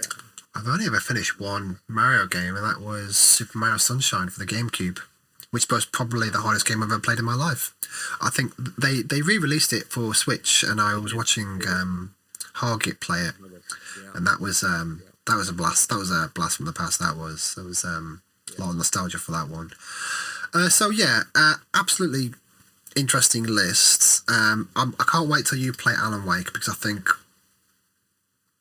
that would, if that Baldur's Gate weren't on here, I would definitely go for Alan Wake, and it's very close between that and Zelda for me, because for me Zelda it finally convinced me that it deserved my time, but I was always looking forward to Alan Wake.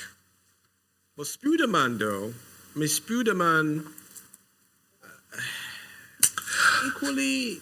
I mean, I haven't played it, but everyone that talks about Spider-Man is like, "Oh my god, this game is ridiculously good." I know you mentioned about people having bugs and stuff. I know you mentioned that, but like people that, I mean, because some people might have a very flawless experience, some people might have more of a very troubled experience, but I think overall, it seems a lot of people are saying that game is absolutely on point. Yeah, I mean, all games on this list is on point. I don't know about Mario Bros. I think for me personally with Spider-Man is that they're not really breaking new ground with it. It's more How of you the feel, though? same. What does it make you feel? When you I play the don't. game? That's- The thing is, I love swinging around. I love swinging around these games. That they do feel really good. A lot of the people in this industry who I follow, whose opinions I value, they all say the same thing. Side quests are absolute nonsense, and it feels good to play. You know, we've got Miles Morales, we've got Venom. You know, you've all seen the adverts. But this, for me, this is a game that I'll wait for it. I'm in no rush.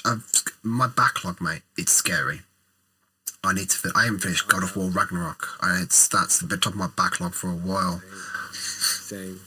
Yeah. By the way, Immortals of Avium. Yes. That game is a really good game. I don't understand why. Like, it's basically Call of Duty, but you're doing magical things with your hands. it's. I've never heard that comparison. I was watching you stream it, and I think we had this conversation. We typed in. So I was like, I was actually taken aback by this game because it looks good, and it looked like it played good. Like it. Yeah. You would actually like it because you can do so many things. Like you have so many options of things you can do, scenarios that you can play out. You can like how you want to approach a multitude of fights, or like a specific fight right now. You can I can lasso this guy, bring him in, slow him in midair, use my other like assault rifle finger, or use my shotgun finger, or use my sniper. Like, you have so many options on how you can like initiate and go through a fight sequence, which I think is super cool. And then even the story itself is interesting. The acting is great. I really like the acting. You have Gina Torres. Gina Torres is in there, yes, and the other people that are in there. The main character is great. It has that like Marvel witty banter, like that comedy type of feel to it. Like it's like a global, like it's you gotta save the world, but there's some light comedy involved. So yeah, I think it's. I'm not sure why it's not even recognized that much, but I think that was a really solid game. So it's actually quite. I think it's because it's more of a traditional single player game, isn't it? We don't get many games like that anymore, do we? I love. Oh my god! You know what? Maybe that's why I love it the most. That's why I love it more, because it's actually like, hey, look, you don't need to start going to this man to do this thing that he actually to go meet his wife that is divorcing him or whatever. Like, you don't have to do any of that. You just linear path, go here, find this cutscene, interesting story, kill, murder, more cutscenes. It's like just taking you through that sort of like linear progression. And I think maybe that's why people are not. I don't know, but I love that. I really appreciate that, because I think some games just do open world because you just have to do open world, which sometimes is just not necessary. Yeah, exactly. Like I'm just like, because the one thing I noticed was how fluid the gameplay was, and some of the way the levels made you think about how to progress with your magic and stuff. And it was very very flashy game. I think it did have some performance issues at the beginning, especially on PC. How did it run for you when you played it? Because from my perspective, it looked fine. It was butter. And then again, I mean, I have a pretty solid PC. I don't know how it will work. It will run on a 30 graphics, like all the 30 series graphics card. But I'm on a 40 series graphic card, and it runs butter. So, yeah. I think it'll be one of those games that people get to eventually, and then they'll discover it's actually pretty good. It's on console. Is it on console? Yeah, it's on console. Yeah. Okay, console. Yeah, that's a great game to play on your big screen TV. Honestly, big screen TV, the sound system, if you have one, it is cinematic in that sense. All the flashing lights, the sound, it is great for that. Honestly, it's superb for that. I might actually do that. Actually, play that on my big screen instead.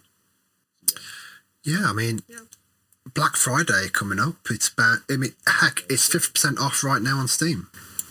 There you go. I recommend it. I recommend it. You got nothing to lose. Yeah. I mean, money maybe, but it's 50%. There's no reason why that game shouldn't have been on at least a best action adventure game or best action game of the year. That is true. That is true. Because it was very flashy. I think I remember there was a time when it was just advertised non-stop during what would have been E3 week, and I got fed up of seeing it at one point because we've just seen the same stuff over and over.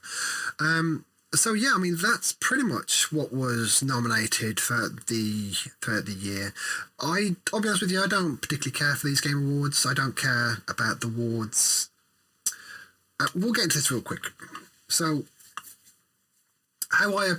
reviews mean very little to me personally, because I don't see the value of people's opinions who I don't know. And I've had this discussion in my own Discord with my friends about, like, I don't care if Starfield got a 7 for my gen. I don't care if he got a 10 from Windows Central, or the opinions I care about are the opinions of those who I tend to gel with. Like, there's Ryan McCaffrey of IGN. His podcast Unlocked host. My taste always seemed to align with his, so I pay attention to his what he says about games. He does previews. He doesn't really do reviews, but the occasion he does, I do pay attention. But I care more about the opinions of my friends, because they know what kind of games I like, and I know the kind of games that they like. Our friend Jeff, he absolutely adored Starfield, and I think he only recently stopped playing it. Finished the game, and he couldn't say anything bad about it. He absolutely adored it. So it's to me, reviews. It's the same with the awards, because it's not all these nominations are from critics. I don't really value people's opinions outside of a handful of people. So to me, this award show is for games that have had the most time being marketed, who've been in the zeitgeist, been in the conversation more. It means very little to me. People watch this event for the game announcements, and that's probably why I'll be checking it out. But yeah, I mean, we're probably going to get some decent stuff. But if you cared about awards, you would be watching the DICE Awards. These are the award shows being nominated by people who work in the industry. To me, that's way more valuable, because they have, they know all the inside baseball. They know how a game works, and it's so funny because I'm actually again, this is why I said it's like the Oscar, right? Because the Oscar has a panel or group of, I don't know, community, I don't know what you call it. And they decide which movies go on, which movies are nominated, of course, which movies win what. Mm-hmm. Which is similar to what you just mentioned about the DICE, specific people within the industry that nominate games, and then obviously they vote and decide who wins what. It's like the NBA, they have the All-Star games, they have MVP of the year, blah, blah, blah. it's people within the industry, like the sports journalists that have a vote to cast who they want to nominate and then who should win what. I'm wondering what would be a very good format, like to really capture. So I feel like there should be. Is it the Steam Awards that does it based on like the Steam reviews or something, or user? I don't even know. Yeah. It's tough, isn't it? Because like people have their own biases. People have their preference of console. That's the thing. Yeah. And you can have. I mean, they have 150 people who vote for these games, and we've learned. The Games Awards, they've kind of taught us that not all genres are eligible for Game of the Year. Like, would you see XCOM getting Game of the Year? No. It's one of the best games ever made. You wouldn't see a racing game up there. You wouldn't see a strategy game. You wouldn't see like it's for games like Last of Us. It's for games like the story, narrative video games that's what they want out of a Game of the Year. The first Hellblade, that got Game of the Year, and likely Hellblade 2 is going to get the same thing, or at least be nominated. So it was very refreshing to see Baldur's Gate do as well as it did, because I think that'll do really well, but it's not typical of the traditional games that get nominated for Game of the Year. So game itself is probably an exception to the rule that you mentioned, because it does have a lot of narrative element. I mean, it has a whole story, cutscenes, act. Like it's very. Yeah. If you want to just have only the narrative experience, you can by just watching plays on YouTube. And like you said, XCOM.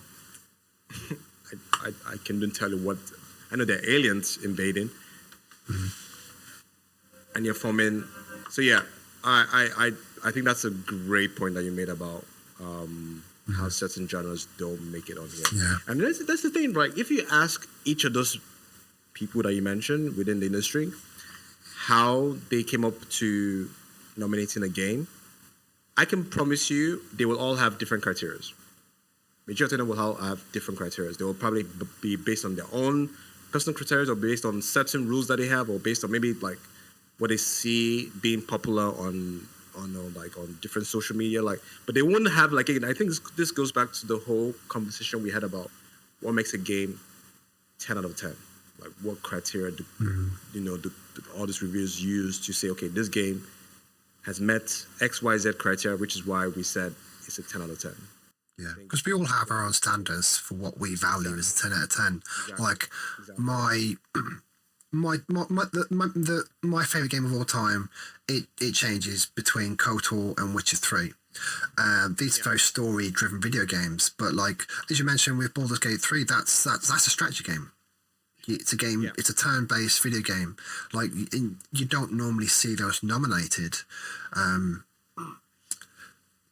Like I would like Alan Wake 2. Like that's survival horror. Like that's a typical game that would get nominated. I mean, we had Resident Evil 2 remake get nominated. I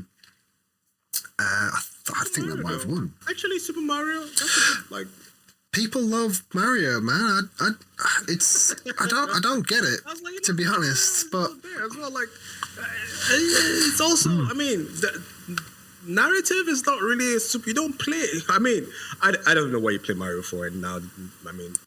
Nostalgia, I reckon, has got a lot to do with it. I don't think they're doing it, but I'm not going to go into what I think of Mario, because it's not really. I buy Nintendos to play Pokemon and dabble in indie games. It used to be my indie machine. Not so much anymore, because you're paying a little bit more for Nintendo games than everywhere else. But I think overall, I mean, I'm looking forward to it. I mean, we've got another 2 weeks till the awards. So, will you be streaming that at all? Will you be staying up to watch that? To watch it with your crew? I'll probably watch that. Actually, I probably would stay up for that. So 1:30 a.m. Yeah, I think I would be able to, assuming I'm not out that day, because I do try to keep the Friday nights to socialize a little bit outside of my apartment. Yeah. So, But otherwise, no. I think I'll probably if I'm around for sure. If not, I'll just catch it on Yeah, and just yeah, watch yep. all the different things. Yeah. Yeah, I'm hoping not to get spoiled though. As you might have watched on Friday, I'm hoping I can just avoid everything and then watch. Yeah, that's tough. I normally it's actually on quite earlier than normal. Normally it's on like at 2:30 in the morning for me. Yeah. So it's nice to see on at least a more reasonable time than that. So yeah, I mean, I'm just having another scan of these categories, and I think majority of the games were given some credit, but there was one game which has not been mentioned here at all across any of these categories, and it's also the game that sold the most games this year. What is that? That is Hogwarts Legacy. Oh, well, I mean, there's a lot of controversy around that game. I mean, not the game, but obviously, It's got a lot of baggage. it's a lot, man. It's a lot. So But- I can understand why that's not on. See, I don't understand it. I don't understand it at all, because Game Awards have already come out and they've said, we value each game independently, despite whatever. Obviously, we know what's going on with J.K. Rowling, but they should be looking at this game for what it is. She's not involved in this game. The people who made this game have already come out against her and put in, trans people in this game. And I think it's an absolute insult that isn't nominated for anything. It's been snubbed, completely snubbed, because it is a fantastic video game. It should be, it should be on here, on something. For a lot of people, it is their game of the year. I absolutely adored Hogwarts Legacy. A lot of people did. You're actually right about that, because I remember when I was asking the question before this list came out, I was like asking people like, "What do you think is going to be game of the year?" And someone said Hogwarts. I was like, "Oh, that's a very good point," and it's true. It's not actually not on here, which is very interesting, because I think a lot of these games on here probably have a lot of things that's happening with the dev or with the studio. I mean, we talk about Destiny and how what's happening with the layoffs and all those things, and it's still on here as community game or whatever. So I do think you're right about that. Yeah. If they use that context, what's happening with JK, to not put the game in here, and I think a lot of games would probably fall into the same bucket, because there's a lot of shady things, Yeah. and terrible things that are happening in some of the studios that. I think as well. this game should have been judged on its merits. I think they were cowardly. I think they just didn't want the backlash, because there was backlash. People were getting, you're obviously in the Twitch community. You know what happened, but had nothing to do with the people who made the game. Absolutely nothing. This is her world, but these people, they have passion for the Harry Potter universe, and they went with it, and they created an absolutely incredible video game that has no ties to J.K. Rowling and her stance on anything. And I think it's just a game that sold that well, that reviewed as well as it did, that people are still playing. It should have gotten a nod at something, but I think they were too cowardly. I think it was such a shame, really. It's a very fair point. I wonder, that's probably something they looked at and were like, do we want to take the heat on this one? Is it worth it? Which I thought that, again, we don't know why it's not here. We're only speculating. But we're speculating that if that's the reason, I would have thought maybe, again, I don't know how the Game Awards were when it initially started. I think it was probably had a lot more appetite for risk taking, as opposed to now it's, there's a lot more marketing, a lot more eyes on it, a lot more mainstream. So maybe they're less risk averse now to taking such, type of risky But- PR. Yeah. I understand that, but also that would be an opportunity to tell the industry that it's a place to celebrate games, isn't it? I think that's ultimately what it is. People want to see their favorite games on here. They want to see the devs get the recognition that they deserve. Because people do value the Game Awards, and it's not been a great year. It's been a great year for people like us who are playing these video games, but it's been an awful year for people working in video games. Like Embracer just laid off hundreds of people. Sony laid off. God, I don't know how many Sony laid off. And we're probably going to get more from Microsoft after they've completed the acquisition of Activision Blizzard, because that normally happens when there's a merger of an acquisition of that size. So it's like, yeah. I mean, all in all, I am happy with this list. I'm a bit sad that Hi-Fi Rush wasn't nominated for Game of the Year. Not that it would have won. Yeah, I think a lot of games were snubbed this year. Definitely Xbox. Xbox definitely got snubbed pretty much across the board. In terms of, I would put Halo, Hi-Fi Rush. There's not. Rush is there, isn't it? The year or. Well, no, it's barely there in any of these categories. Diablo 4, there's Halo Infinite was definitely snubbed for ongoing games and community, because they've done incredible work over the past year with what they've done to the game. Grounded have come out with some incredible updates. They've added like a Forge-like mode to the game. Like, that game has not stopped getting substantial updates. Why is that not on here?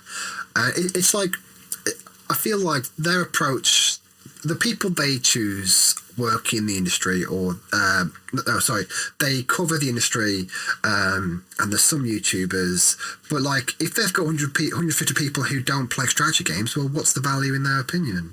Like, I feel like they need a mix of critics and people who work in the industry. I think there's not enough differentiating in tastes of people. It seems like these people they've selected to vote for these games all play the same type of game. They love their Nintendo games, but ongoing Xbox games is just not there, and I think it's really, really sad to see, especially when people like me seeing the hard work they're putting in, and they're not getting any recognition for it, and it's a bit. It is what it is, but the Game Awards is never going to be Oscar level because of things like the Hogwarts Legacy kind of thing, because they don't want the drama, but they've got a massive platform and they should be using it better, I think. But that is what it is. You raise a fair point, but like, yeah. I mean, again, it would be a very interesting question if it was ever asked, why Hogwarts. I think, like you said, because Hogwarts is one of those. The reason why I didn't even think about it is because I'm not. I mean, I watch Harry Potter and I've seen the movies, but I'm not really that deep into Harry Potter like that. And Hogwarts, when it came out, I was like, all right, cool, but I knew I was not going to get it at all. I was going to watch people play it, so that's why I didn't even think about it. But you're right. It's one of the more notable games that came out this year. So it's interesting that it's not featured in any of the categories. So that was a telltale sign, really, of their bias. I feel but I remember when the game came out, like, it was the zeitgeist. I mean, we had Sheriff Light; she was loving it. I mean, heck, even Nuns Adam, he bought it and streaming it on his Discord. It's people have a love for the franchise, and people need to learn to differentiate the difference between what's being made in that universe and what J.K. Rowling is saying about it, because she doesn't have control of it anymore. She sold that to Warner Brothers. She can't take that away from me. I don't. A lot of people do not enough people disagree with what she's saying, but I can differentiate. I can separate the two. Those books, they mean so much to me. The films, I love them. But it's she has had no, as mentioned, she's had no input in this project at all, and the people. And even the people who've made it have gone on record and saying, they don't agree with what you're saying. So that to me is enough of a reason to say, to get this game on here, because they've worked hard and it's sold incredibly well. They got this game on the Switch, for Christ's sake. Like, the amount of effort that must have taken, I feel like if you get a snub like that, a big snub, because it's clear it's a massive snub that game isn't on any of these lists. Good point. It is what it is. But like I said, we only really watch these for the game announcements. I'm not going to lose any sleep about it.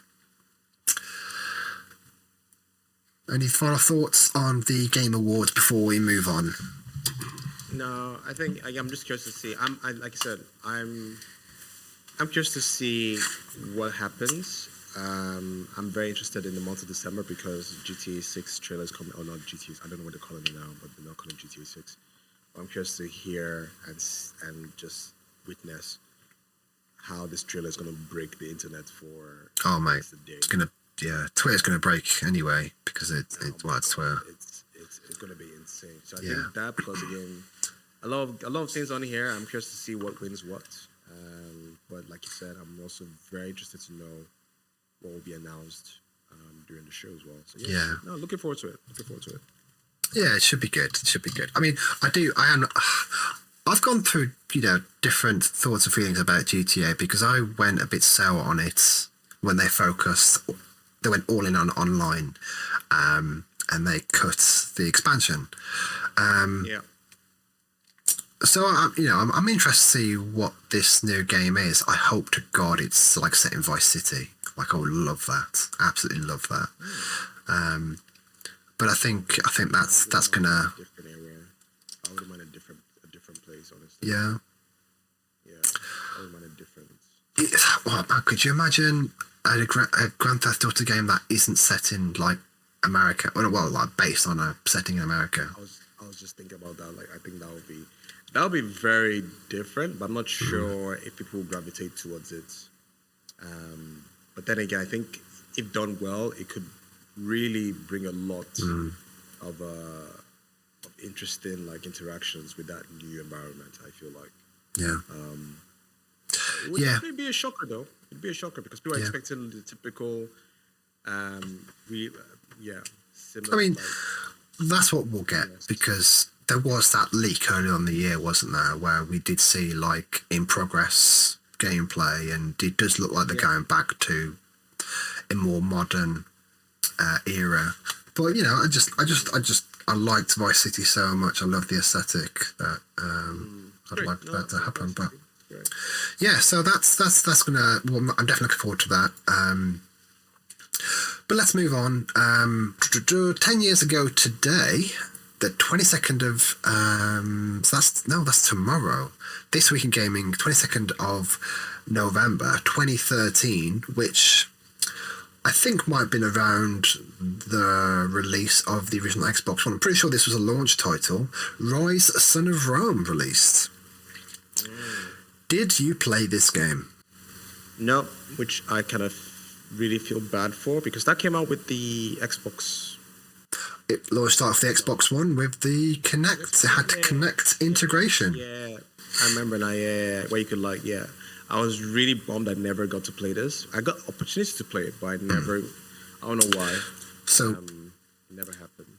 For some reason, this game still looks bloody good. It's made by the people who make Crysis, and I was on Steam the other day, and I come across it. I think it was on sale. I was like, how the hell does this game still look this good? It really does hold up, man. So I absolutely love this game, mate. I revisited it. It must have been it was before lockdown, not long before lockdown actually. And the story holds up. Obviously, the graphics are incredible. Gameplay, not so much. It was more of like, what was it? It was a third-person game, and you react to people based on the color that their outline is of their attack, and it was fine at the time. I mean, 10 years ago, 2013, I was 23. I was a very young lad. But no, I mean, this is it.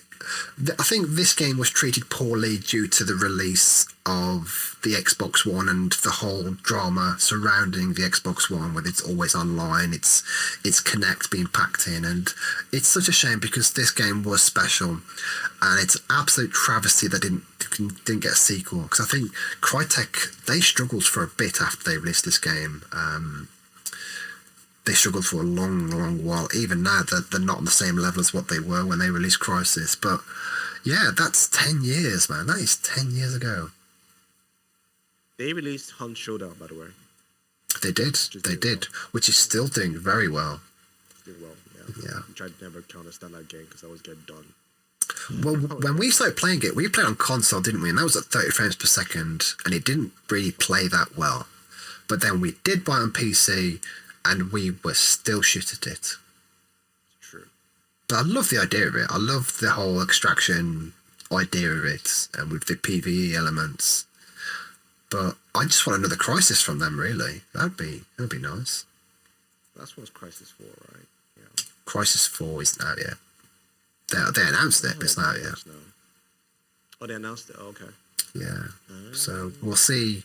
I'd be curious to see what that's like. Whether they'll go for whether they'll return to the open worldness of the original Crysis game, or whether they'll go to more of a linear single player game like they do with Crysis 2 and 3.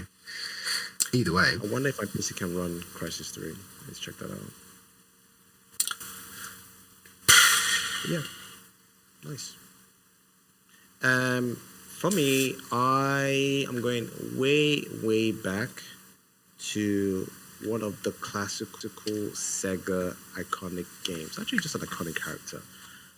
The most dopest character with the red Jordans, my boy Sonic and his brethren Tails in Sonic 2.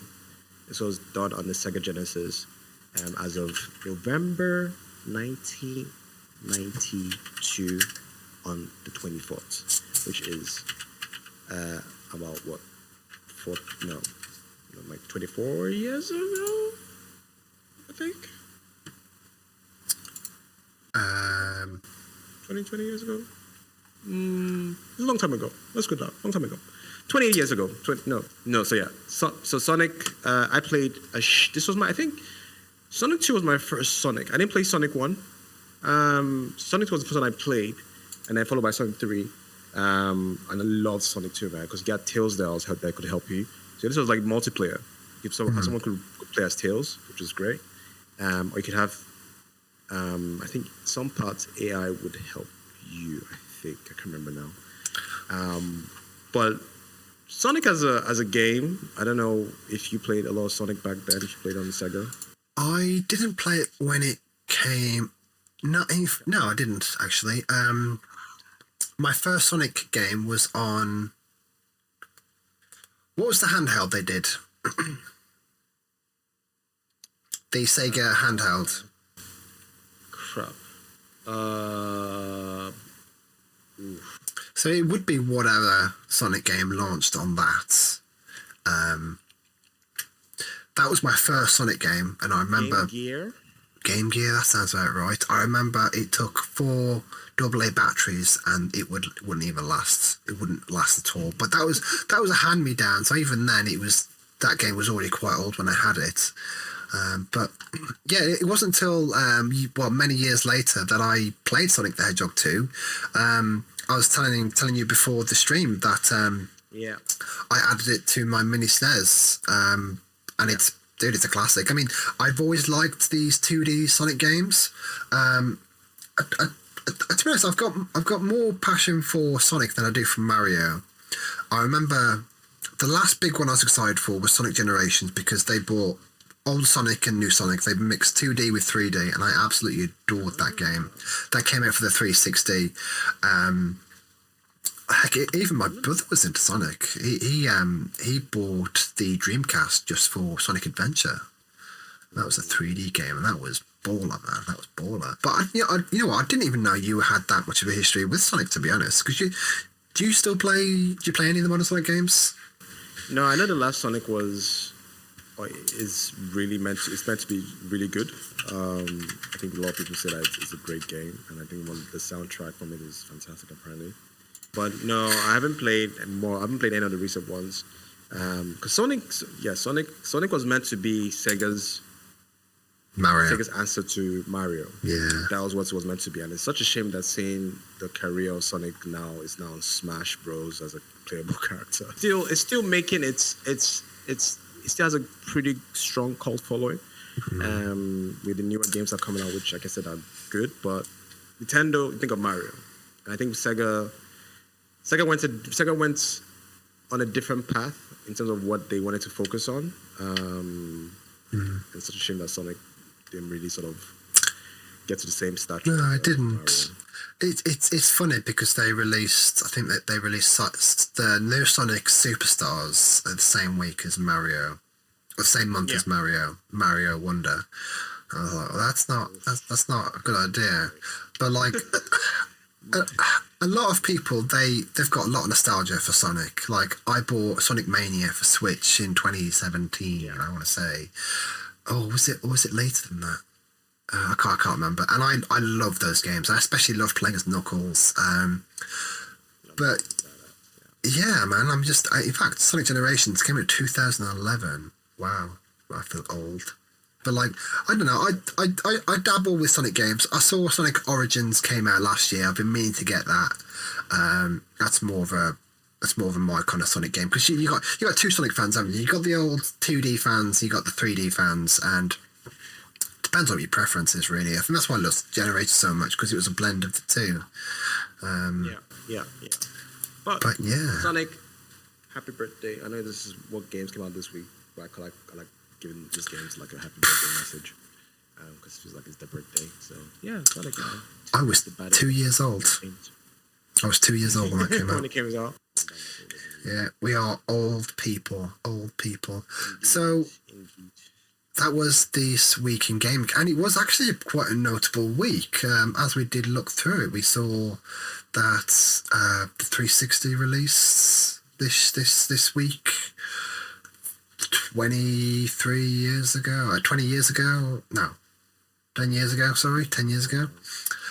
The OG Xbox, all sorts of games. But anyway, so that'll just about do it for the podcast, the Casual Difficulty podcast. Get out of here. Yeah, we've been going for just over 10 minutes, 2 hours. So that'll just about do it. That was just one topic, but as always, lots of tangents. So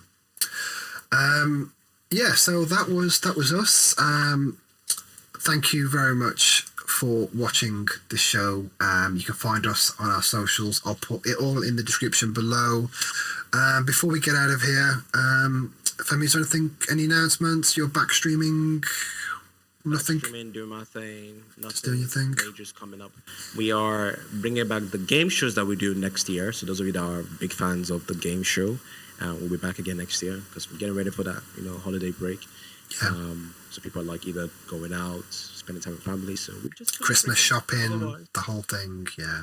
I haven't done any Christmas shopping. I haven't even. I heard my first Christmas song in the supermarket yesterday. I heard Drummer Boy for the first time. Normally I hear Christmas songs in October, but I must have escaped it this year. I also saw the Coca-Cola adverts, which was weird because I normally see it on TV, but I saw it the other day on Twitter on just an advert. I was like, that's a weird way to experience that advert. But we get. Once you see it, you know that we're there. You're pretty much there. Once you see the Coca-Cola advert, you know that we're pretty much Christmas is here. Like we're in that period. So yeah. The Christmas before COVID lockdown, we actually had the truck go through our town, which I didn't know was a thing, and that blew my mind. So yeah, I mean, you've got a nice quiet month ahead of you. I'm back writing again. I've got a blog, which is obviously what this podcast is based on, the Black Cloud Collective. I'm writing about, I've been meaning to write this for ages, about the inconsistencies of how games treat crossplay.